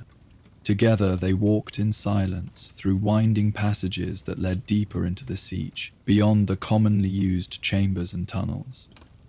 The air grew noticeably cooler, and the sounds of daily siege activity faded until only their footsteps remained, muffled by the sand that inevitably found its way even into these seldom-used corridors. After several minutes, they reached an ancient wooden door, a shocking extravagance on a world where wood was so rare that even small carved items were considered valuable heirlooms. This door, large enough to require 2 people to open, spoke of origins in a time when different values and resources had prevailed. Mitha placed her palm flat against the wood, closing her eyes briefly before pushing the door open with surprising ease given its apparent weight. Beyond lay a large circular chamber unlike any Amir had seen within the siege. The room was carved from the living rock, its walls forming a perfect dome overhead. Unlike the practical, angular construction of most siege chambers, this space featured deliberately curved walls that seemed to flow like solidified water. Niches had been carved at irregular intervals around the perimeter, each holding a small flickering flame protected by translucent stone screens that diffused the light into soft amber pools. The floor was covered with ancient woven mats arranged in a circular pattern around a central hearth, where a small fire burned without smoke, its heat captured and channeled through unseen vents. The air carried complex aromas, unfamiliar herbs, subtle spices, and the distinctive metallic undertone of water with high mineral content. Around the circle sat 11 elders, men and women whose combined ages might have spanned a millennium of Arrakis history. They did not look up or acknowledge the newcomers, their attention focused on the steaming clay pot suspended above the central fire. Mitha guided Amir to an open space in the circle, indicating with a gesture that he should sit. As he settled onto the ancient mat, he noted that each participant sat on a cushion uniquely decorated with symbols representing their family lineage and personal accomplishments. His own cushion, he realized with surprise, had been prepared for this occasion, embroidered with the wave pattern of his family, alongside symbols representing specific water conservation innovations he had helped implement in recent years. Someone had taken considerable care to create this marker of his identity and contributions. An elder named Fasil, a man of such advanced age that his water rings had become a permanently visible part of his bodily structure, sat directly across the circle from Amir. Without speaking, Fasil lifted a small hammer and struck a crystalline stone set on a wooden pedestal before him. The sound that emerged was unexpectedly melodious, ringing through the chamber with perfect clarity before slowly fading into silence. This appeared to be the formal beginning of the ceremony, as the elders now turned their attention to various items arranged before them. With movements that bespoke decades of practice, they began preparing individual components that would eventually contribute to the shared tea. Amir watched, fascinated, as each elder added something to small mortar bowls, grinding ingredients with smooth stone pestles. The methodical rhythm of this preparation created a subtle percussion throughout the chamber, not quite music, but a pleasing pattern of sounds that seemed to both stimulate and relax the mind. To Amir's left sat Tariq, whom he recognized as the official tea master of the ceremony. Though not the oldest present, Tariq was renowned for his deep knowledge of the botanical properties of desert plants and the precise methods of extracting their essences. With focused serenity, Tariq monitored the temperature of the water in the central pot, occasionally adding minerals from small containers arranged before him. No words had yet been spoken since entering the chamber, but the silence felt neither awkward nor imposed. Rather, it seemed the natural state of this space, a quietude that allowed for closer attention to every sound, scent, and movement. Amir found his typically active mind gradually settling into this silence, his awareness expanding to encompass the subtle details of the unfolding ritual.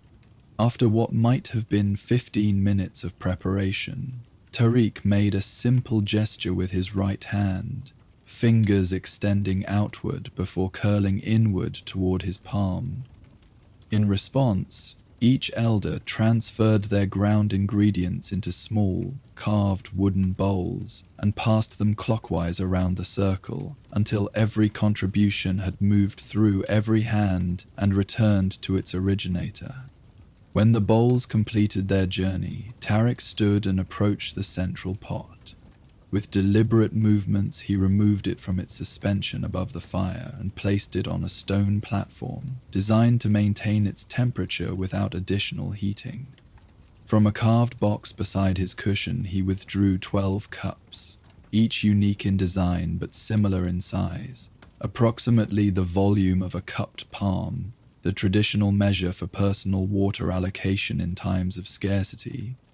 The cups were arranged in a precise pattern on a circular tray. One by one, each elder rose and approached the tray, selecting not their own cup, but one that would be presented to another participant. Emir watched carefully, uncertain of his role in this exchange, until Mitha caught his eye and subtly indicated that he should follow her example. When his turn came, Amir rose and moved to the tray, feeling the weight of tradition in this simple act. He studied the remaining cups, each carved from stone with distinctive patterns and colors, before selecting one made of deep red sandstone veined with gold-colored minerals. Something about its warmth and earthbound quality felt appropriate for his first participation in this ancient ritual. Returning to his place, he held the cup gently, noting how it seemed to alter temperature slightly. Not uncomfortable, but noticeably responsive to his body heat. Across the circle, he saw that Fasil had selected a cup for him. Pale green, serpentine stone, cool to the touch, and elegantly simple in design. Once all had chosen, Tariq began the tea preparation in earnest. Into the large pot, he first added a measure of deep saffron-colored powder, which he identified with the ceremony's first spoken words. Courage to face what comes. The saffron, incredibly rare and precious off-world, but cultivated in small, hidden gardens within the deepest seaches, swirled through the hot water, turning it a rich golden color, and releasing a fragrance that somehow evoked both strength and vulnerability. Next came a precisely measured spoonful of melange, the omnipresent spice that permeated all aspects of life on Arrakis. As it dissolved, Tariq spoke again. Memory to honor what has passed. The spice transformed the liquid's color to deeper amber with subtle blue undertones, while its distinctive cinnamon-like aroma intensified the sensory experience. Amir noticed how the combination of saffron and melange created not just a blend of flavors, but a harmonious visual transformation, as though the tea were changing not just its chemistry, but its very nature. For the final addition, Tariq lifted a small bundle of dried desert thyme, one of the hardy native plants that survived in rock crevices where even the slightest moisture might collect. Crumbling the leaves between his fingers directly into the pot, he intoned, "Endurance to sustain what must be preserved." The thyme's sharp, resinous scent cut through the richer aromas, adding complexity and dimension to the sensory profile of the tea.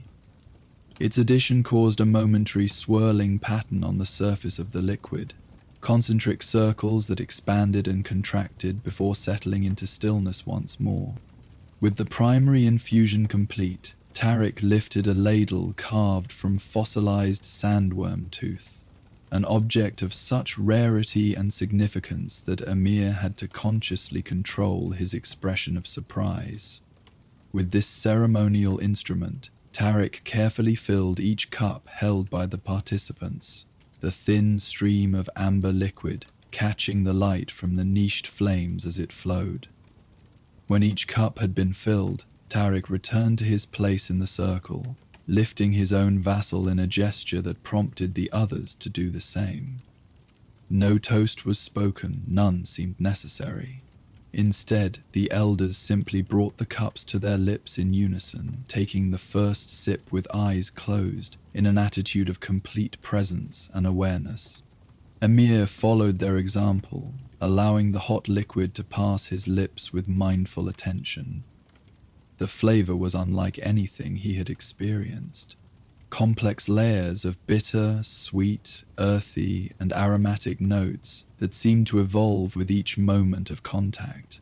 The temperature was perfect, hot enough to release the full aromatic potential of the ingredients, yet not so hot as to prevent immediate appreciation. As the tea spread warmth through his body, Amir became aware of a subtle shift in his perception. The chamber seemed both more immediate and somehow more expansive, as though its physical dimensions were less relevant than the experience it contained. Colors appeared slightly more vibrant, sounds more distinct, and time itself seemed to acquire a different quality, neither slower nor faster, but deeper somehow. Around the circle, the elders had settled into meditative stillness, each holding their cup in a slightly different manner that reflected individual relationship with the ritual. Some kept their eyes closed, others gazed into the middle distance. A few studied the surface of their remaining tea with intense focus. To Amir's right sat an elder he knew only by reputation, Kieran, a man who had lost his sight in a Harkonnen raid decades earlier, but was said to have developed other senses to near supernatural acuity. Kieran held his cup close to his face, the steam bathing his unseeing eyes as he inhaled deeply before each small sip. After several minutes of shared silence, Kieran spoke, his voice barely above a whisper, yet clearly audible in the perfect acoustics of the chamber. "This tastes like the morning I met my wife." The simple statement seemed to open a channel for communication, though not in the ordinary sense of conversation. Rather than direct responses or questions, the elders began to offer their own observations, each separated by comfortable silence, none demanding acknowledgement or continuation. "I taste the northern dunes after the rare midnight condensation," offered an elderly woman whose name Amir didn't know. There is something of the cave springs of Sietch Tabra before the Great Collapse, another contributed. Each comment referenced not just flavor, but memory and association, personal histories intertwined with collective experience, individual perceptions that nonetheless resonated with shared understanding. The tea, Amir realized, was not simply a beverage, but a medium through which their combined consciousness explored both separation and connection. As he contemplated his own contribution to this exchange, Amir found himself drawn to an unexpected association. "I taste the moment between stars," he said softly, unsure where the words had come from, but knowing they expressed something true about his experience. No heads turned toward him, no expressions indicated surprise at the newcomer's participation, yet he sensed a subtle shift in the room's atmosphere, an acknowledgement and acceptance of his observation as valid and worthy. The ritual continued with a second pouring of tea, the liquid now deeper in color and more intense in flavor, as the extended steeping had drawn out different qualities from the ingredients. This time, no words accompanied the drinking, allowing the heightened sensory experience to occupy full attention. Amir noticed that his initial nervousness had completely dissolved, replaced by a calm alertness that felt both unfamiliar and somehow like returning to a forgotten natural state. His awareness moved easily between the immediate sensations, the warmth of the cup, the complex flavors, the subtle sounds of breathing and fabric shifting, and broader consciousness of the chamber, the Sietch, the desert beyond, and his place within these concentric circles of existence. For the third and final pouring, Tariq added a small amount of fresh water to the pot, along with 3 drops of a clear liquid from a vial he wore around his neck. Though no explanation was offered, Amir understood instinctively that this addition represented the water of life, the transformed water of death that only Reverend Mothers could convert, used in the smallest possible quantity to connect the ceremony to the deepest religious experiences of Fremen culture. This final tea was served in reverse order, with Tariq filling his own cup last rather than first. As the elders drank, the quality of silence in the chamber changed subtly, becoming somehow more permeable, as though the boundaries between individual consciousness had grown temporarily less defined. In this space of heightened connection, memories and impressions seemed to flow more freely between participants. Without words being spoken, Amir found himself encountering fragments of experience that were not his own, a childhood glimpse of the southern polar region before desertification had been complete, the sensation of riding a sandworm for the first time, the particular quality of grief for a spouse returned to the tribe's water decades ago, yet still carried within living memory.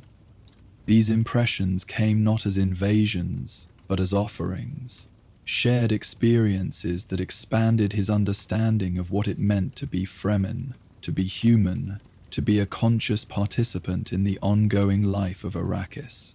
In return, he found himself unconsciously offering his own memories, the wonder of discovering a new water conservation technique, the quiet joy of watching dew form on cold metal during his night watches, the deep connection to his ancestors felt when practicing the water-counting rituals of his family line.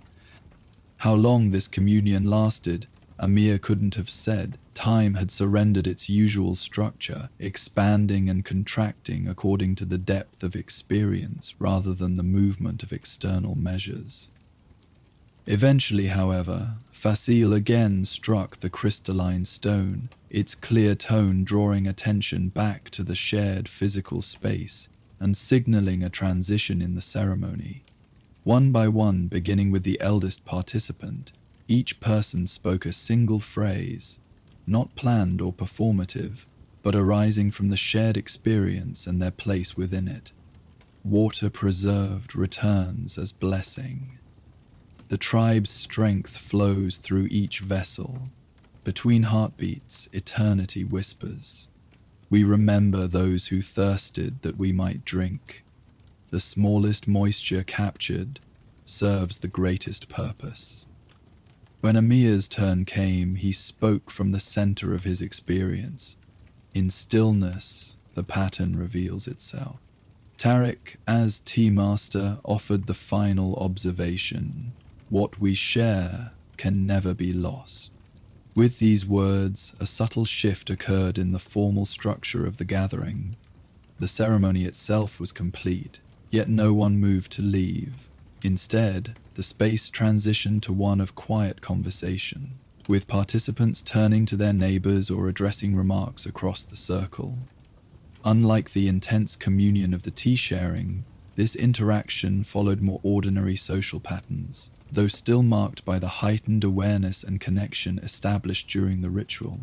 Asul, the eldest, moved from his place to sit beside Amir, bringing his cup with him. "Your first ceremony," he stated, rather than asked, his voice carrying the particular gravelly quality that came from decades of breathing desert air. "Yes," Amir acknowledged. "I remain uncertain why I was invited." Asul's deeply lined face formed what might have been a smile, though its full expression was partially hidden behind his stillsuit mask, which, like many elders, he wore even within the siege from long habit and physical adaptation. "The ceremony invites who it needs," he said simply, "sometimes for what they will receive, sometimes for what they will contribute. Often both." "And which was I?" Amir asked, genuinely curious rather than seeking reassurance. The elder studied him for a moment before responding. "Your observation about patterns in stillness suggests you already know the answer." Before Amir could consider this cryptic response, his attention was drawn to Kiran, the blind elder, who had moved to the center of the circle. From within his robes, Kiran produced a small wooden flute, its surface polished by years of handling. Without announcement or preamble, he began to play a melody that seemed to both emerge from and enhance the atmosphere created by the tea ritual. The music was not complex by conventional standards, a series of sustained notes that evolved gradually into subtle variations, yet it affected Amir profoundly. Each tone seemed to resonate with specific emotions and memories, creating an experience that was simultaneously personal and shared. He glanced around the circle and saw in the elders' faces a similar response, each clearly encountering the music through their own perceptual framework, yet participating in a collective experience. As Kiran continued playing, Tarek began gathering the used tea leaves from the central pot, carefully preserving them in a small ceramic container. Noticing Amir's attention, he paused in this task. "The leaves have their own journey after serving us," he explained quietly. "They will be dried and added to the Siege's most precious soil, contributing their essence to growing new life. Nothing is wasted. Nothing truly ends." This simple explanation carried the weight of Fremen philosophy, the careful husbanding of resources, the sacred recycling of all elements, the continuity of life preserved through conscious attention to its cycles. In the context of the ceremony, it seemed to expand beyond practical conservation into something approaching cosmic significance. The flute music gradually transformed, incorporating subtle echoing effects that interacted with the chamber's unique acoustics. Kiran, despite his blindness, or perhaps because of the heightened awareness it had forced him to develop, seemed to play not just the instrument but the room itself, using its properties to create harmonies and resonances that would have been impossible in a less perfectly designed space. During this musical interlude, elders occasionally rose and performed simple, flowing movements, not quite dance in the conventional sense, but deliberate physical expressions that seemed perfectly integrated with the shifting sounds. These movements were entirely individual, without choreography or apparent coordination, yet they never collided or created disharmony. Each person's expression respected and complemented the others, creating a dynamic harmony of motion and stillness. Amir remained seated, content to observe this spontaneous integration of sound and movement, recognizing that participation would come naturally if and when appropriate for him. The lack of expectation or pressure was itself a revelation, so different from the intense efficiency and purpose that govern most aspects of Fremen life. As the music gradually drew to a close, Kirin returned to his place in the circle. The quality of silence that followed seemed especially rich, colored by the lingering resonance of the flute and the shared experience it had facilitated. In this silence, Mitha, who had guided Amir to the ceremony, began a story, her voice taking on the rhythmic quality of traditional Fremen oral history. Before the coming of the outsiders, before the great houses claimed our world, even before our people first set foot upon the sand, Arrakis taught patience to the stones. What followed was not a story Amir had heard before, though it contained familiar elements from Fremen mythology. It spoke of the planet as a conscious entity, slowly evolving over millennia, developing the perfect conditions for the great makers, the sandworms, to emerge and flourish. The tale wove together geological history, ecological relationships, and spiritual meaning into a seamless narrative that positioned human presence as merely the most recent development in an ancient and ongoing process. As Mitha spoke, other elders occasionally contributed phrases or perspectives, not interrupting the flow but enhancing it with additional dimensions. The story became a collaborative creation, drawing on collective memory and wisdom while remaining coherent and purposeful. When the narrative reached the present moment, it did not stop but extended into possible futures, some hopeful, some cautionary, all presented not as predictions but as potential paths depending on choices yet to be made.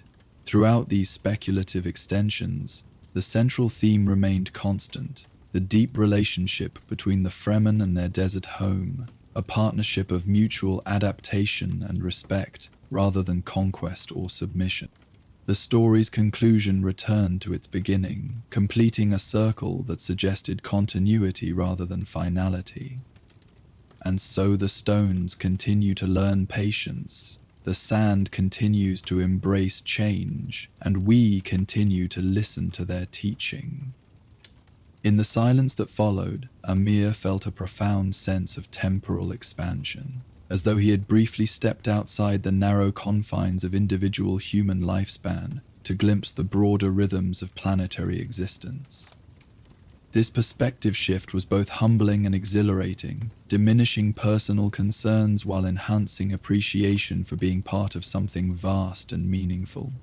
Gradually, the formal circle began to dissolve as elders moved about the chamber in quiet conversation or contemplative solitude. Some examined ancient inscriptions carved into the lower portions of the walls, texts in scripts so old that few could still read them directly, though their general meaning had been preserved through oral tradition. Tariq approached Amir with a small ceramic vessel similar to the one that had contained his personal tea components. "For you," he said simply, offering the container, "to remember, and perhaps to share when the time is right." Accepting the gift with appropriate water gratitude gestures, Amir examined its contents. A small quantity of the blended tea ingredients, carefully preserved. Such a gift represented significant value, containing as it did rare botanicals and spice. "I am honored," he said sincerely, "though I don't yet understand the purpose of my inclusion today." Tariq's expression remained serene, neither confirming nor denying any specific intention. Understanding often follows experience rather than preceding it. The tea ceremony teaches us to be present first, to analyze later. Before Amir could respond, their conversation was interrupted by Kieran, who had approached silently despite his blindness, navigating the space with perfect confidence. "New voices bring new harmonies," the blind elder said, addressing Amir directly. "Your pattern recognition serves the tribe in practical ways through your water engineering. Today you have glimpsed how it might serve in other dimensions as well." This observation, coming from someone who could not have known about Amir's specific work without being told, carried particular weight. It suggested that his invitation had indeed been deliberately considered rather than randomly extended. As the gathering continued its gradual, organic conclusion, Amir found himself in conversation with various elders, each interaction providing subtle insights into aspects of Fremen culture and history that he had not previously encountered. These were not formal instructions or explicit transfers of information, but rather shared perspectives that illuminated familiar concepts from new angles. One elder described navigating by stars visible only in memory, a technique developed during particularly fierce storms when the sky was obscured for months at a time. Another shared methods for discerning subtle variations in spice essence that revealed precise information about geological conditions deep beneath the sand's surface. A third demonstrated hand positions used in ancient water rituals, now largely forgotten in everyday practice. Throughout these exchanges, Amir noticed that the quality of time continued to feel altered, expanded and deepened rather than simply passing. Conversations that might have seemed brief by ordinary measurement contained volumes of meaning and experience, while comfortable silences held their own richness rather than serving merely as pauses between words. Eventually, Fasil again struck the crystalline stone, its clear tone now signaling the ceremony's formal conclusion. The elders gathered once more in the circle, though more loosely structured than during the tea ritual itself. Each placed their empty cup in the center, arranging them in a pattern that seemed both random and perfectly appropriate, a physical manifestation of their individual experiences forming a collective whole. "Until the next new moon brings us together again," Fasil intoned. "May your water discipline preserve your body as this gathering has refreshed your spirit." The traditional response came from all participants in unison. "What we have shared remains within us." With these words, the elders began to depart, moving unhurriedly toward the ancient wooden door. Some left individually, others in pairs or small groups engaged in quiet conversation. No formal dismissal indicated who should leave when. Each person seemed to find their natural moment for departure. Amir remained seated, absorbing the experience, sensing that his own time to leave had not yet arrived. Gradually the chamber emptied, until only he and Tariq remained, the tea master meticulously cleaning and storing the ceremonial implements with focused reverence. "May I assist?" Amir offered, feeling a desire to participate in this concluding ritual rather than merely observe. Tariq nodded, indicating several cups that needed to be carefully dried with specially woven cloths that would not scratch their delicate surfaces. Together they worked in comfortable silence, the simple task becoming its own form of meditation. As they completed the care of the ceremonial items, Tariq finally addressed the question Amir had not asked again directly, but which still occupied his thoughts. "Your invitation was not a single decision but a consensus," he explained. "Several of us have observed your approach to your work, the patience with which you study water movements, the respect you show for traditional methods even as you develop improvements, your ability to perceive patterns that others miss." He paused, carefully placing the last cup in its protective wrapping. "The tea ceremony is not merely a ritual for its own sake. It serves as a kind of atmospheric reservoir, collecting and preserving essential aspects of Fremen consciousness that might otherwise be lost in the daily struggle for survival. "And my role in this?" Amir asked. "New perspectives keep the water fresh," Tariq replied. "Without occasional introduction of different viewpoints, even the most precious traditions can become stagnant.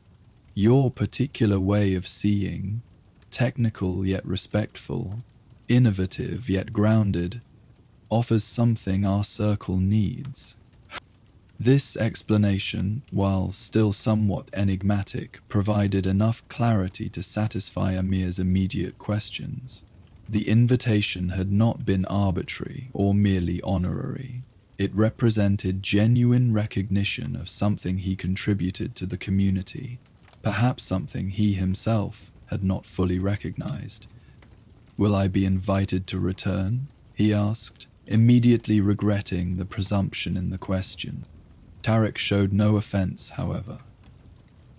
"That depends on many factors, some within your control, some beyond it. The ceremony has its own wisdom about who should participate and when, but having experienced it once, you carry it within you regardless of whether you physically return." With the chamber restored to its waiting state, candles extinguished save for a single flame near the door, Tariq gestured toward the exit. Together they passed through the ancient wooden portal, Tariq sealing it behind them with a small ritual gesture that acknowledged both closing and potential reopening. As they walked through the quiet passages, returning to the more inhabited portions of the Siege, Amir noticed that his perception continued to carry the heightened quality developed during the ceremony. The familiar corridors revealed subtle details he had never noticed. The particular pattern of erosion on a stone archway that suggested centuries of touching hands. The almost imperceptible slope of a floor designed to channel any stray moisture toward collection points. The way sound traveled through certain junctions, creating acoustic indicators of approaching movement long before visual confirmation. Though he had lived his entire life within these walls, he was suddenly experiencing his home environment as if encountering it anew, with greater awareness of its intentional design, its accumulated history, and its continuing evolution as a living system, adapted to and by its human inhabitants. This perceptual shift, he realized, might be the most significant gift of the ceremony, not mystical revelation or secret knowledge, but simply enhanced attention to what was already present, yet often overlooked, in the habitual patterns of daily existence. When they reached the point where their paths would diverge, Tariq paused, regarding Amir with an expression of quiet assessment. "The effects of the ceremony continue to unfold long after the tea is consumed," he said. "Notice what you notice in the coming days. The patterns will have meaning." With a simple gesture of farewell, the tea master turned and disappeared into a side passage, leaving Amir to complete his journey alone. The main corridors of the Siege had grown quieter as evening deepened toward night, though activity continued as it always did. The community's rhythms adjusted to maximize efficiency in the hostile desert environment, but never completely ceasing. Amir passed small groups engaged in quiet conversation, children being instructed in essential skills, individuals focused on crafts or maintenance tasks that required minimal water use. All of these ordinary scenes now carried additional dimensions of meaning and connection. He observed the precise hand movements of a woman teaching a child the proper way to check stillsuit seals, movements identical to those depicted in ancient carvings he had glimpsed in the ceremonial chamber. He noticed how the cadence of work songs subtly matched the rhythms Kiran had played on his flute, suggesting patterns of sound that had persisted through countless generations. These observations were not dramatic revelations but quiet recognitions of continuity and purpose. the countless ways in which Fremen culture had preserved its essence while adapting to changing circumstances. The tea ceremony, he now understood, served as both anchor and compass in this ongoing journey, connecting participants to their collective past while orienting them toward possible futures. Reaching his own modest dwelling chamber, Amir carefully placed Tariq's gift, the small container of tea ingredients, in the secure niche where he kept his most valued possessions. Unlike many treasures in a water-scarce world, its value lay not in practical utility, but in its capacity to evoke memory and meaning, a different kind of sustenance, equally essential to human flourishing. As he prepared for sleep according to the rituals of water discipline, Amir found himself moving with greater mindfulness, aware of each gesture's connection to the survival practices that had preserved Fremen life for generations in the harshest environment, the careful collection of body moisture in his still suit, the precise rationing of drinking water, the blessing spoken over the day's accounting. All were individual expressions of a collective wisdom embedded in every aspect of daily existence. Lying on his sleeping mat in the perfect darkness of the Siege night, Amir noticed how his breathing naturally found a rhythm similar to the cadence of the tea ritual, steady, unhurried, attentive. His thoughts, typically active with calculations and planning for the next day's water engineering challenges, now moved more fluidly, less constrained by habitual patterns of problem-solving. As consciousness began to transition towards sleep, he experienced again the particular quality of perception that had characterized the ceremony, a simultaneous awareness of his individual existence and his participation in something vast and continuous. The boundaries between self and community, present and past, material and spiritual, seemed more permeable, not in a disorienting way, but as a natural extension of a more comprehensive understanding. His last thoughts before surrendering to sleep centered on the simple truth that had emerged most clearly from the ceremony. In a world defined by scarcity and struggle, the capacity for attention and appreciation remained inexhaustible resources, available in every moment to those who cultivated the stillness necessary to perceive them. And in this recognition lay a profound form of abundance that even the harshest desert could not diminish. The enduring ability of humans to create meaning, beauty, and connection under any circumstances, preserving not just physical existence, but the essence of humanity itself, through rituals of shared presence and awareness. The rhythm of his breathing slowed and deepened as sleep approached, each exhalation carrying him further into the darkness, not as an absence of light, but as a different kind of illumination, revealing patterns and connections visible only when ordinary perception surrendered to deeper ways of knowing. In the stillness of the Siege night, as most of its inhabitants rested in preparation for another day of desert survival, something of the tea ceremony's essence continued to circulate. Through Amir's dreams, through the shared consciousness of those who had participated, through the ancient stones that had witnessed countless such gatherings across the centuries. Not separate from daily existence, but interwoven with it, these moments of heightened awareness and connection formed essential threads in the complex tapestry of Fremen culture, preserving its pattern even as individual threads were constantly replaced in the ongoing process of renewal and adaptation. And so the cycle continued, as it had for generations and would for generations to come, the delicate balance of preservation and evolution, tradition and innovation, individual experience and collective wisdom, that enabled human flourishing in even the most challenging environment. The tea ceremony, in its quiet, unassuming way, served as both mirror and window for this balance. reflecting what already existed while offering glimpses of what might yet be possible through the simple yet profound practice of fully present attention to each unfolding moment. Leia found the perfect spot just as the first sun began its descent toward the horizon. The small hollow nestled between two protective dune formations offered natural shelter from the prevailing winds, while providing a flat, undisturbed expanse of sand, ideal for her purpose. At 8 years old, she moved with the efficient grace of all Fremen children, conserving energy and moisture as naturally as breathing. Her father had brought their small family to this remote outpost 3 weeks earlier, tasked with monitoring weather patterns along the desert's eastern corridor.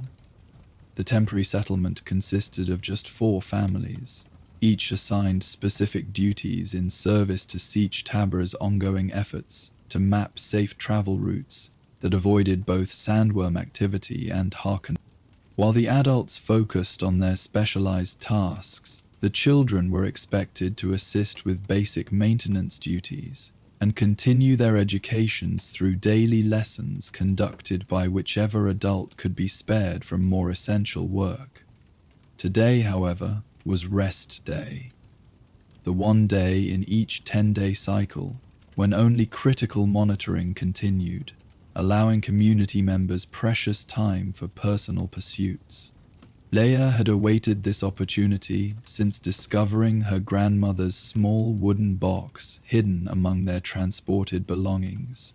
The box, carved from off-world wood and sealed with melange-infused resin to protect against moisture loss, contained carefully separated compartments holding various colored powders.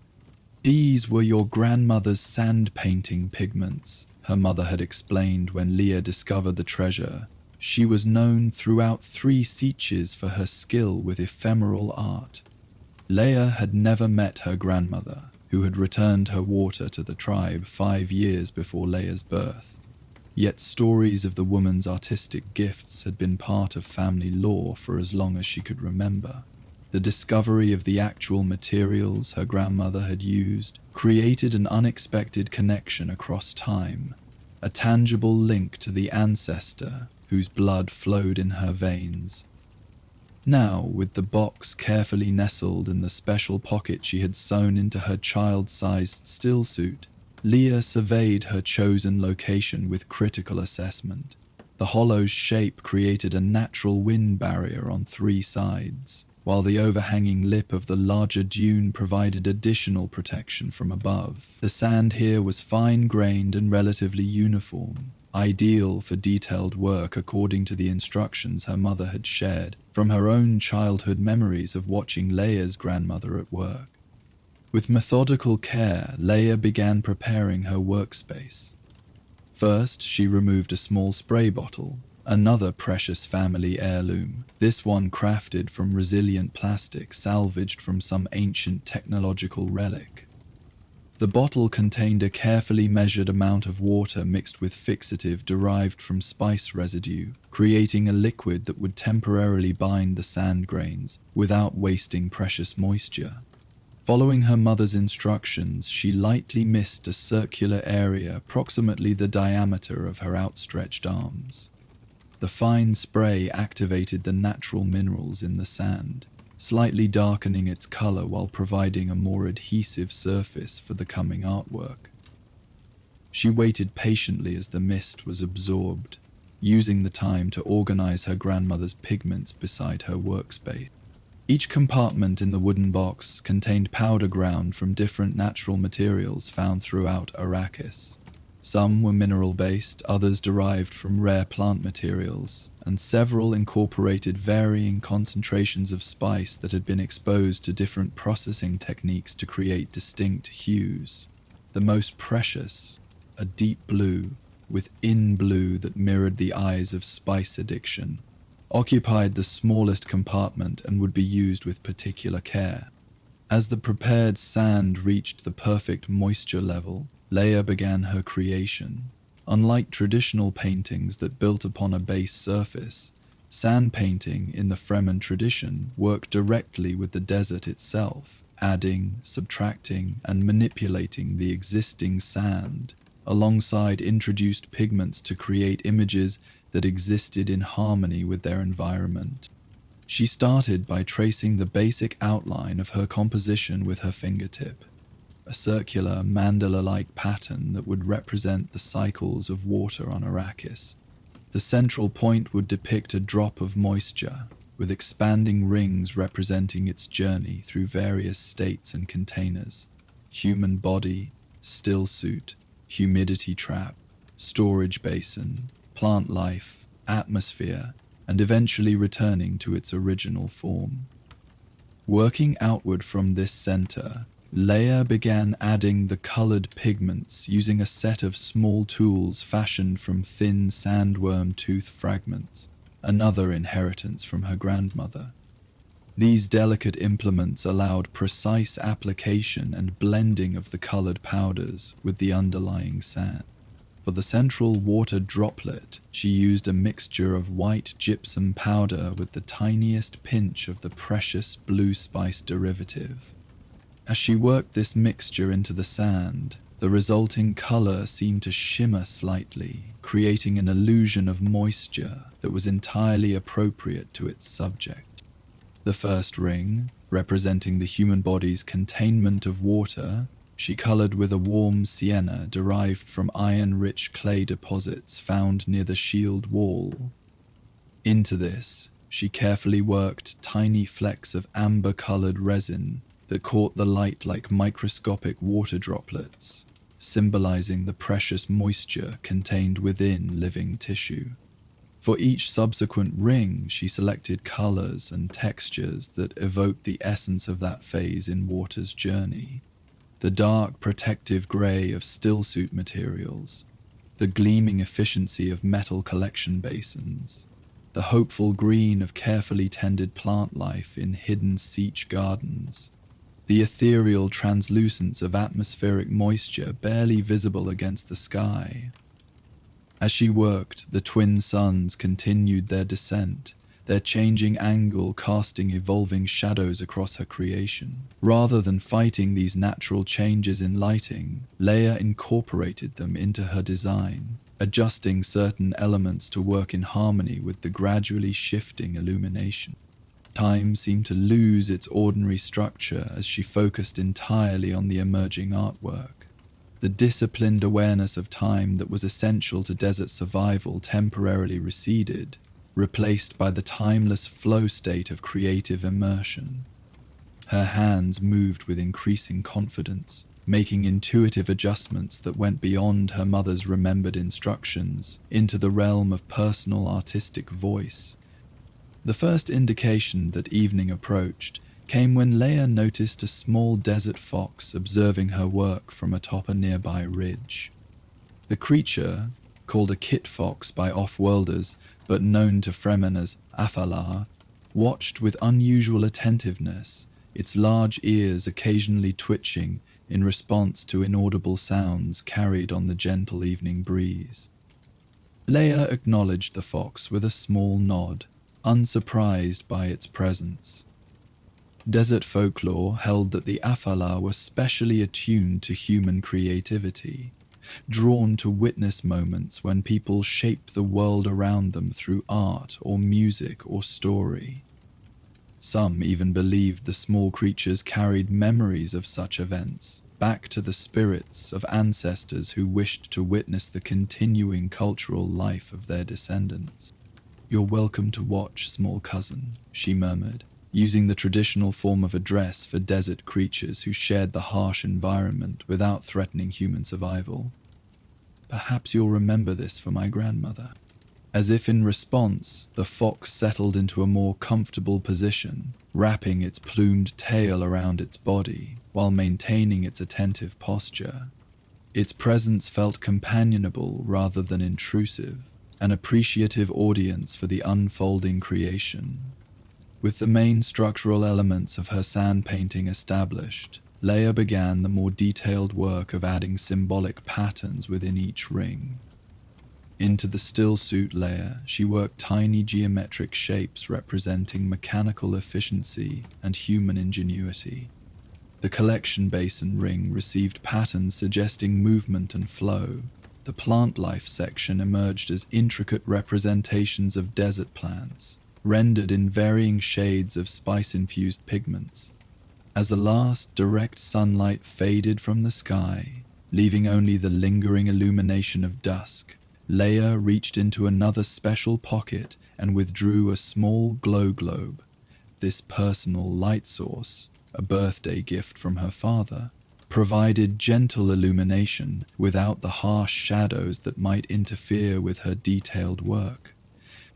Under this steady light, she continued refining her creation, occasionally pausing to consider the overall balance and harmony of the emerging image. During one such pause, she found herself unconsciously humming a melody, a lullaby her mother often sang, which had reportedly been a favorite of her grandmother's as well.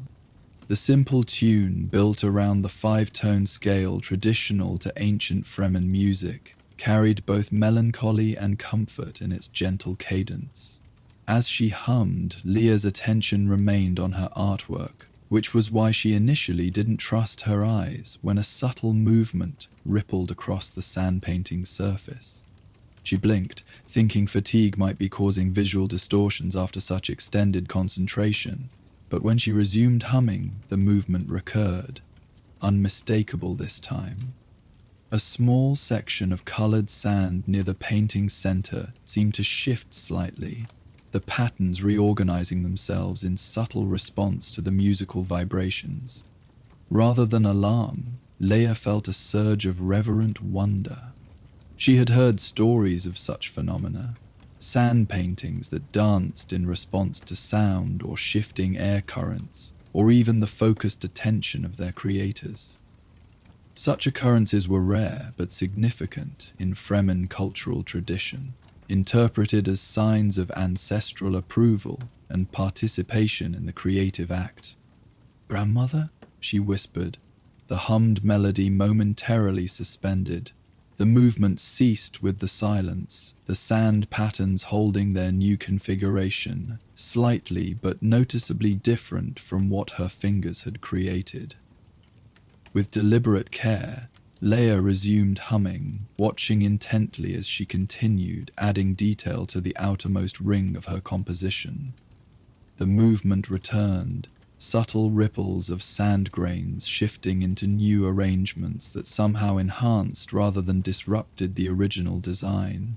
Colors blended in ways she hadn't attempted, creating transitions of unexpected beauty between adjacent sections. The fox on the nearby ridge had risen to its feet, its attention now completely focused on the moving sand. Its tail flicked in perfect rhythm with Leia's hummed melody, adding visual accompaniment to the auditory and tactile components of this unexpected collaboration. As darkness fully claimed the desert, stars emerging in breathtaking profusion overhead, Leia continued her work, now consciously integrating the mysterious movements into her creative process.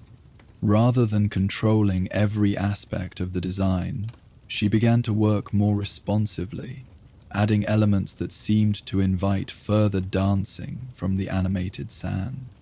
The circular mandala expanded beyond her original conception, incorporating new symbols and patterns that emerged partly from her own inspiration and partly from the seemingly guided movements of the sand itself. The boundaries between creator and creation, between living artist and ancestral influence, became increasingly permeable as the night deepened around her protected hollow.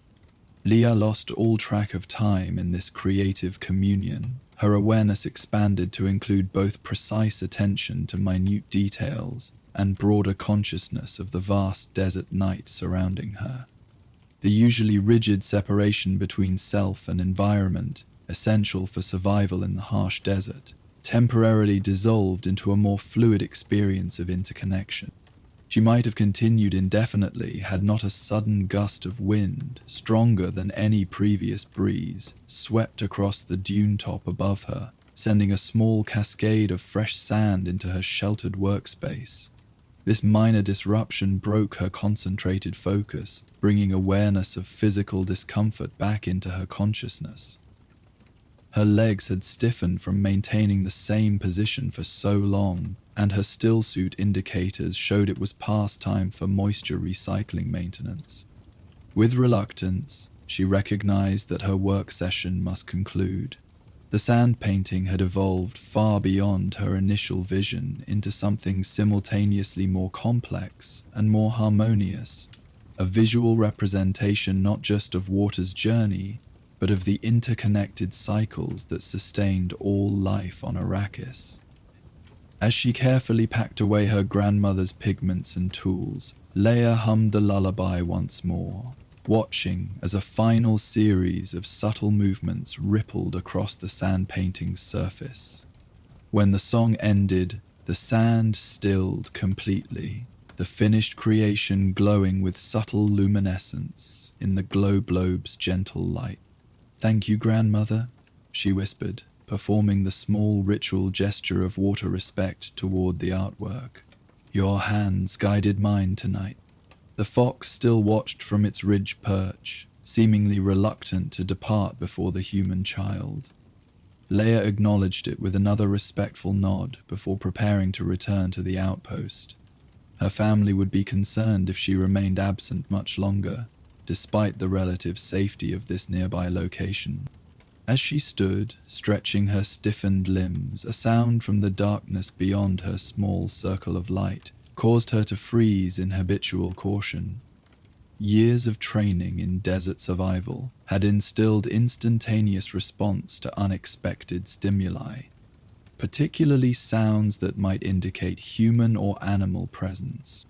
"A beautiful creation, young artist," came a voice, male, adult, speaking the formal dialect of Inner Siege Fremen rather than the modified version used in outposts and mixed communities. Leia remained motionless, her hand automatically checking the position of her crysknife without drawing the weapon. Though not yet of age for the formal knife rituals, all Fremen children carried smaller versions for both practical use and protection. "I offer water, peace," the voice continued, using the traditional phrase that indicated non-hostile intent. "May I approach your workspace?" Still cautious but somewhat reassured by the proper use of ceremonial language, Leia responded with the appropriate counterphrase. "Water acknowledged. Show yourself before approaching." A tall figure stepped into the peripheral glow of her light. A man in a traditional Fremen stillsuit, without ornamentation or tribal markings, suggesting he might be a long-range scout or messenger. His face, visible above his stillsuit mask, showed the deep weathering of someone who spent most of his life in the open desert rather than the protected environment of sieges. "I am Turok," he said simply, "water journeyer for Siege Haga. I saw your light and came to investigate. Unusual illumination in open desert often means trouble." Leia relaxed slightly at this reasonable explanation.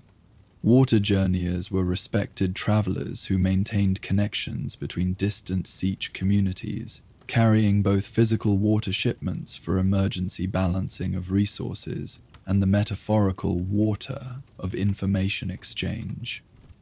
"I am Leia of Siege Taba, temporarily at the Eastern Monitoring Outpost," she responded with formal correctness, despite her youth.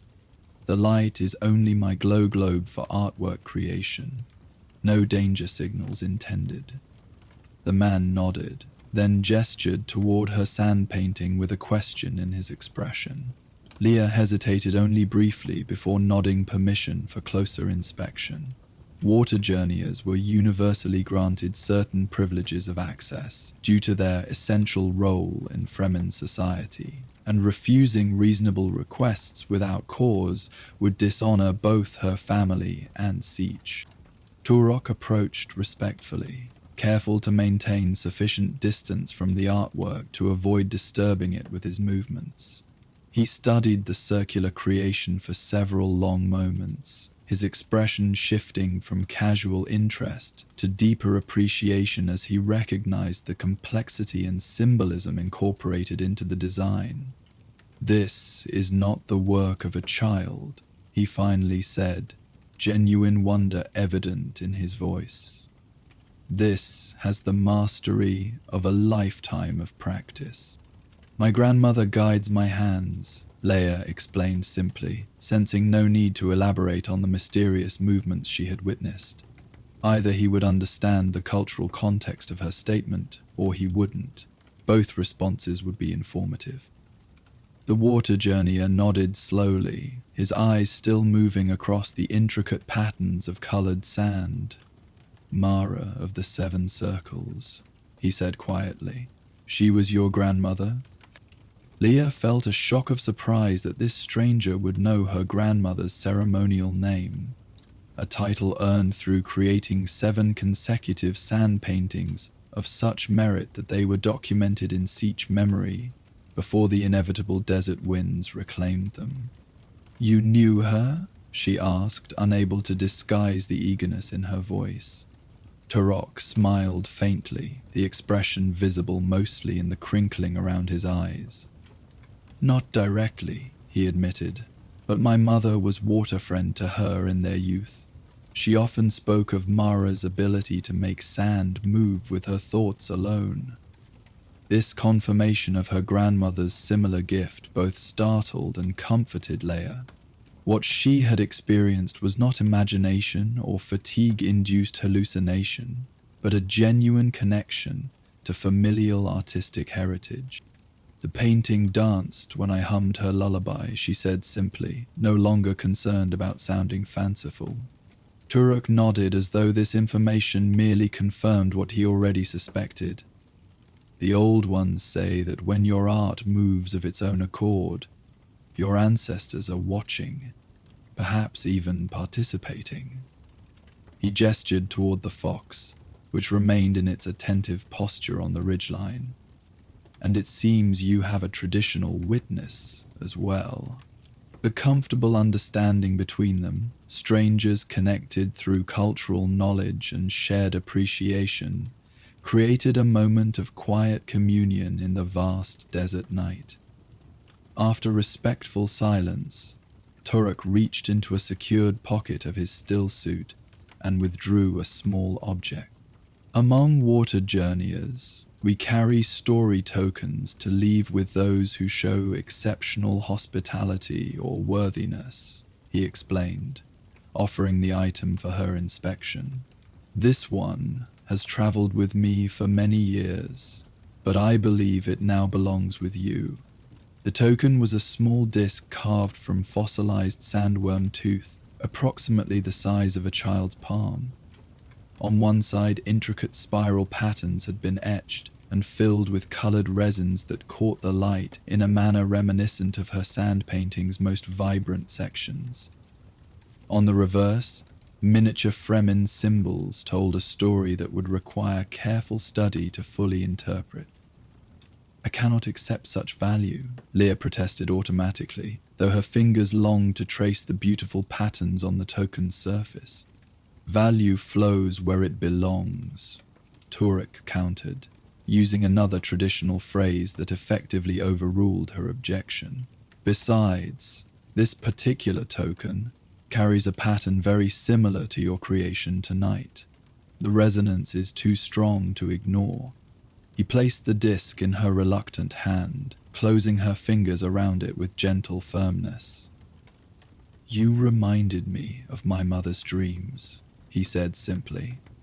"She believed that art was how humans conversed with eternity. In your hands, I see the proof of her wisdom." Before Leia could formulate an appropriate response to this profound gift, a subtle shift in the air currents brought both their attentions back to immediate environmental awareness. The wind was changing direction, the first indication of a potential weather system moving into the region. The desert will reclaim your creation before morning, Torok observed, nodding toward the sand painting. As it should be. The most profound beauty on Arrakis has always been temporary, like water on the tongue or breath in the lungs. Leia nodded, accepting this fundamental truth of desert existence. Unlike off-world cultures that valued permanence in their art, Fremen tradition celebrated the inherent impermanence of creation. Sand paintings were never intended to last beyond their moment of completion. Their return to undifferentiated desert was considered the completion of their purpose, rather than its negation. "Will you return to the outpost with me?" she asked, suddenly aware that desert protocol required offering shelter to a traveler encountered so close to nightfall.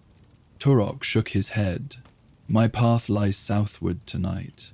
There are messages that cannot wait for dawn."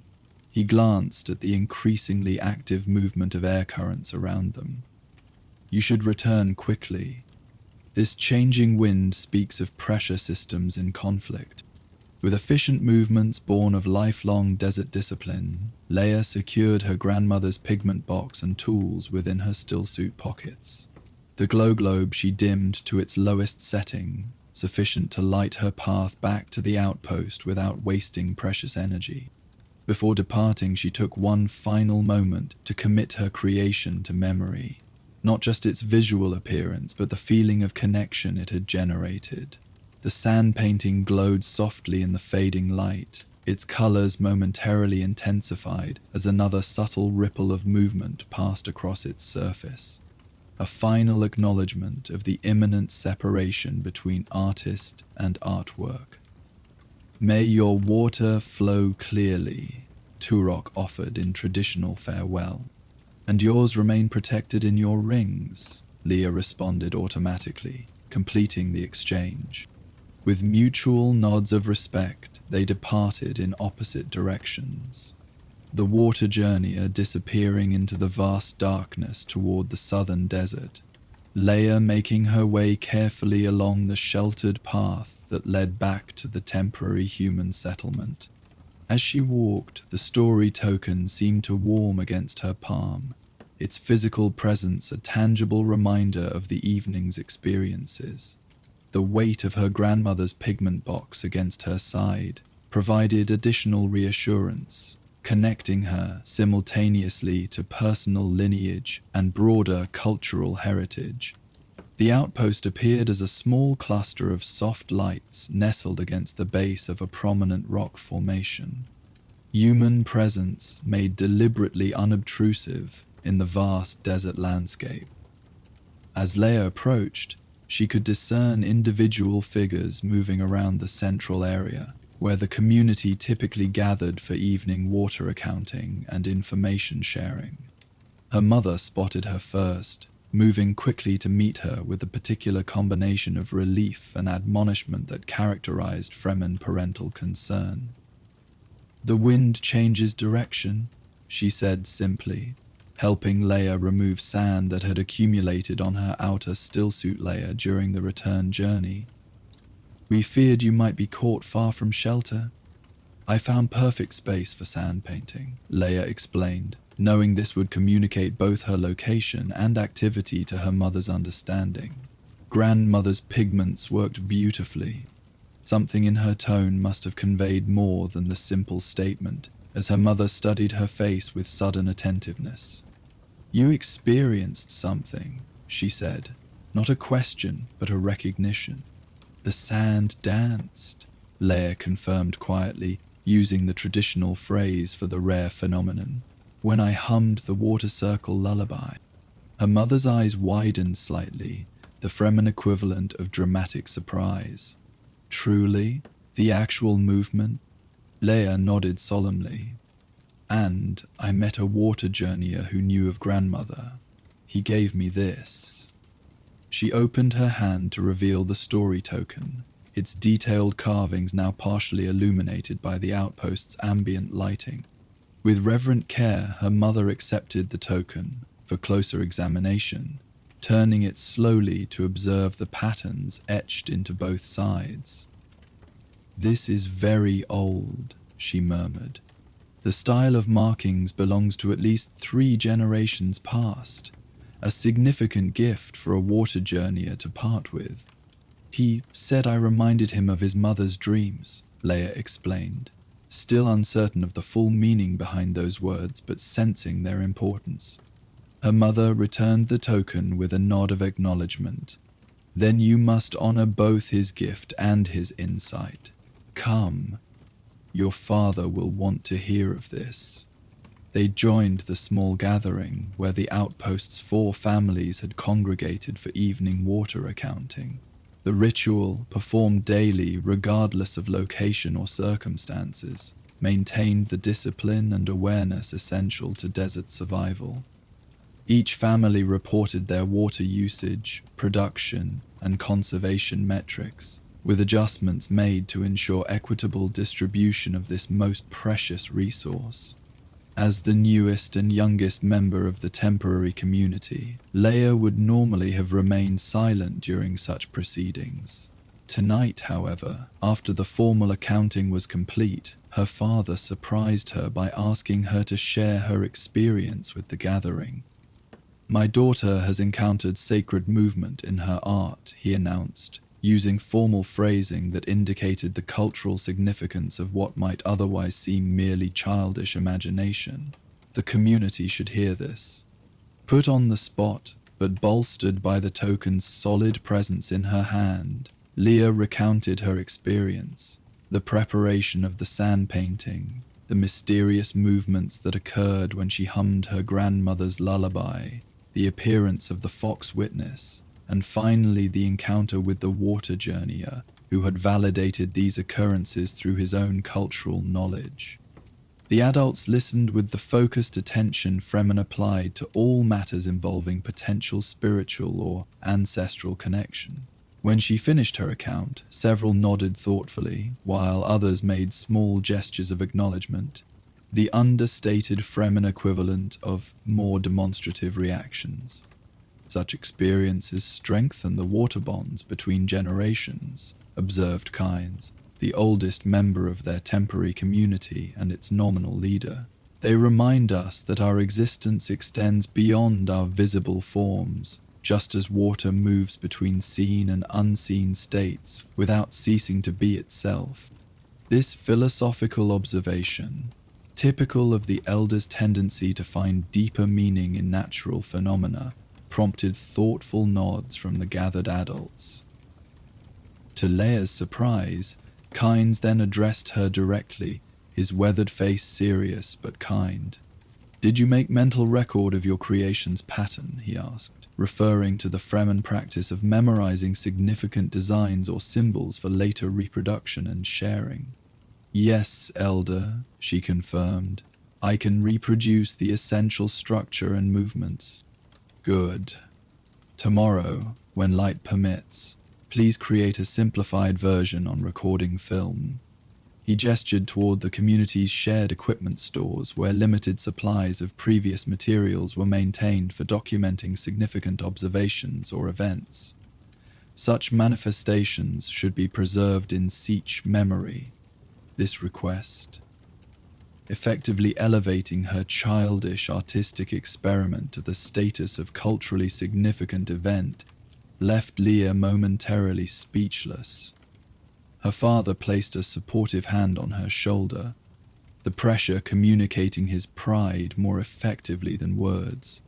"It will be as you suggest, Elder," she finally managed, making the small gesture of respect appropriate when accepting an honored assignment.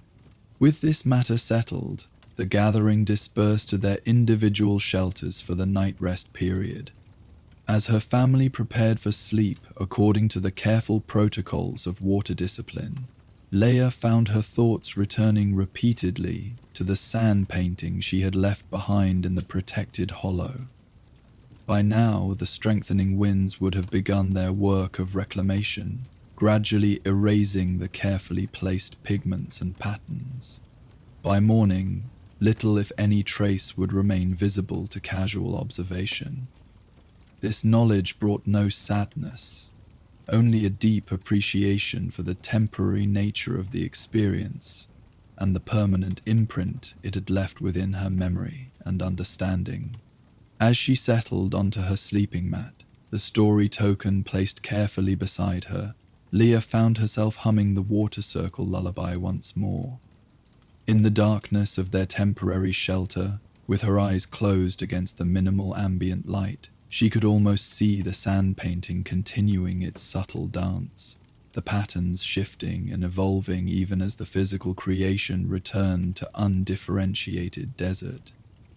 The space between wakefulness and sleep became a continuation of the creative experience, with images and sensations flowing freely through her consciousness. The boundaries between memory and imagination, between physical reality and mental construction, dissolved into a fluid state that mirrored the water cycles depicted in her sand painting. In this liminal awareness, she sensed rather than saw the presence of her grandmother, not as a distinct figure but as a quality of attention and appreciation surrounding her drowsy thoughts. The sensation carried no drama or supernatural overtone, manifesting instead as the simple, profound recognition of continuity across generations, artistic sensitivity and expression flowing like water through the family lineage. As sleep claimed her completely, Leia's last coherent thought was a recognition that the sand painting's disappearance by morning light was not an ending, but a transformation. The colored sands would return to the vast desert, their brief organization into meaningful pattern complete but not gone, simply redistributed into the greater whole from which they had temporarily emerged through human intention and ancestral guidance. In the morning, as predicted, the wind had erased all visible evidence of her creation. When Leia visited the site after completing her assigned morning duties, she found only undisturbed sand swept into new dune patterns by the night winds. Yet the location itself remained significant, now marked in her personal geography as a place of connection and revelation. The fox was gone as well, having returned to its mysterious desert existence. But as Leia stood contemplating the transformed landscape, she noticed a single track preserved in a sheltered depression, the distinctive paw print of the Afala, pressed into sand that had been briefly moistened by nighttime condensation before drying in the morning sun. This small sign, easily overlooked by anyone not attuned to desert subtleties, confirmed the reality of her experience beyond her own memory. The witness had been present, had observed the communion between artist and ancestors, and had left its own mark upon the constantly changing surface of Arrakis. The eerie presence of...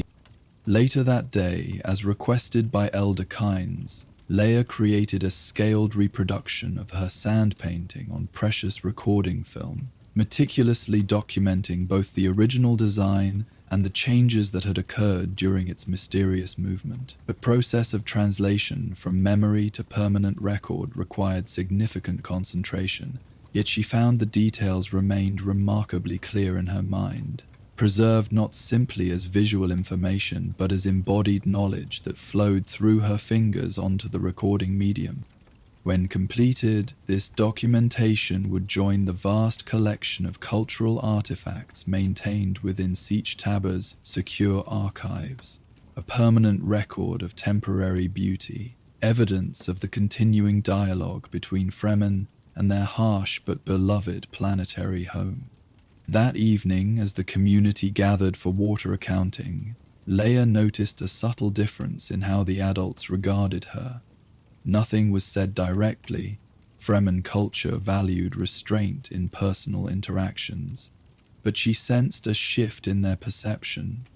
Her experience had subtly altered her status within the group, marking her as someone who had encountered one of the desert's deeper mysteries and returned with both evidence and understanding. This quiet acknowledgement, far more meaningful than elaborate praise would have been, strengthened her sense of belonging within both her immediate community and the broader Fremen culture.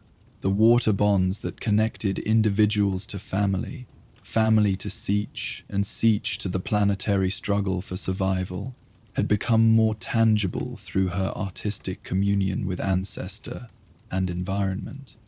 As Leia helped prepare the evening meal, carefully measuring precious herbs into the communal stew pot, she found herself humming her grandmother's lullaby once more. The sound drew a smile of recognition from her mother, who joined the melody with her own voice, creating a simple harmony that seemed to flow naturally from the original tune. In this ordinary moment of shared activity, the extraordinary nature of creative connection revealed itself once again, passing from generation to generation, finding new expression through individual voices, while maintaining the essential patterns that defined cultural identity and continuity. Outside their shelter, the desert continued its eternal cycles of transformation, wind shifting sand, temperature fluctuations drawing moisture between air and ground, subtle chemical processes altering the composition of exposed materials. The temporary human settlement existed within these cycles rather than apart from them. Its inhabitants adapted to work with rather than against the fundamental nature of their environment. The sand painting that had danced under starlight now existed in new forms, as documented record, as personal memory, as community knowledge, and as redistributed physical materials returning to the greater body of the desert itself. Like water in the Fremen conception, it had not disappeared, but merely changed state, its essence preserved even as its form evolved. And in this understanding lay one of the deepest wisdoms of desert life, that impermanence itself was not loss but transformation, that beauty need not be eternal to be meaningful, that the briefest creation could connect past, present, and future in a moment of perfect harmony before returning to the greater cycles that sustained all existence on Arrakis. The story taken Leia had received from the water journeyer would remain as tangible evidence of this wisdom, a physical reminder of intangible truth carried forward into whatever future awaited the young artist and her people in their ancient, continuing dialogue with the desert planet they called home. Our journey through the sands of Arrakis comes to a close. Now, you will hear the gentle crackling of fire and ambient sounds to accompany your sleep. These calming sounds will continue without interruption, creating a peaceful atmosphere as you drift deeper into rest. May the waters of your dreams flow freely tonight, and may you find the same peace that comes to those who wander the desert under Arrakis's twin moons. Sleep well, traveler, and may your mind find sanctuary in the stillness of the night. Good night, and dream of spice-scented winds carrying you to peaceful shores.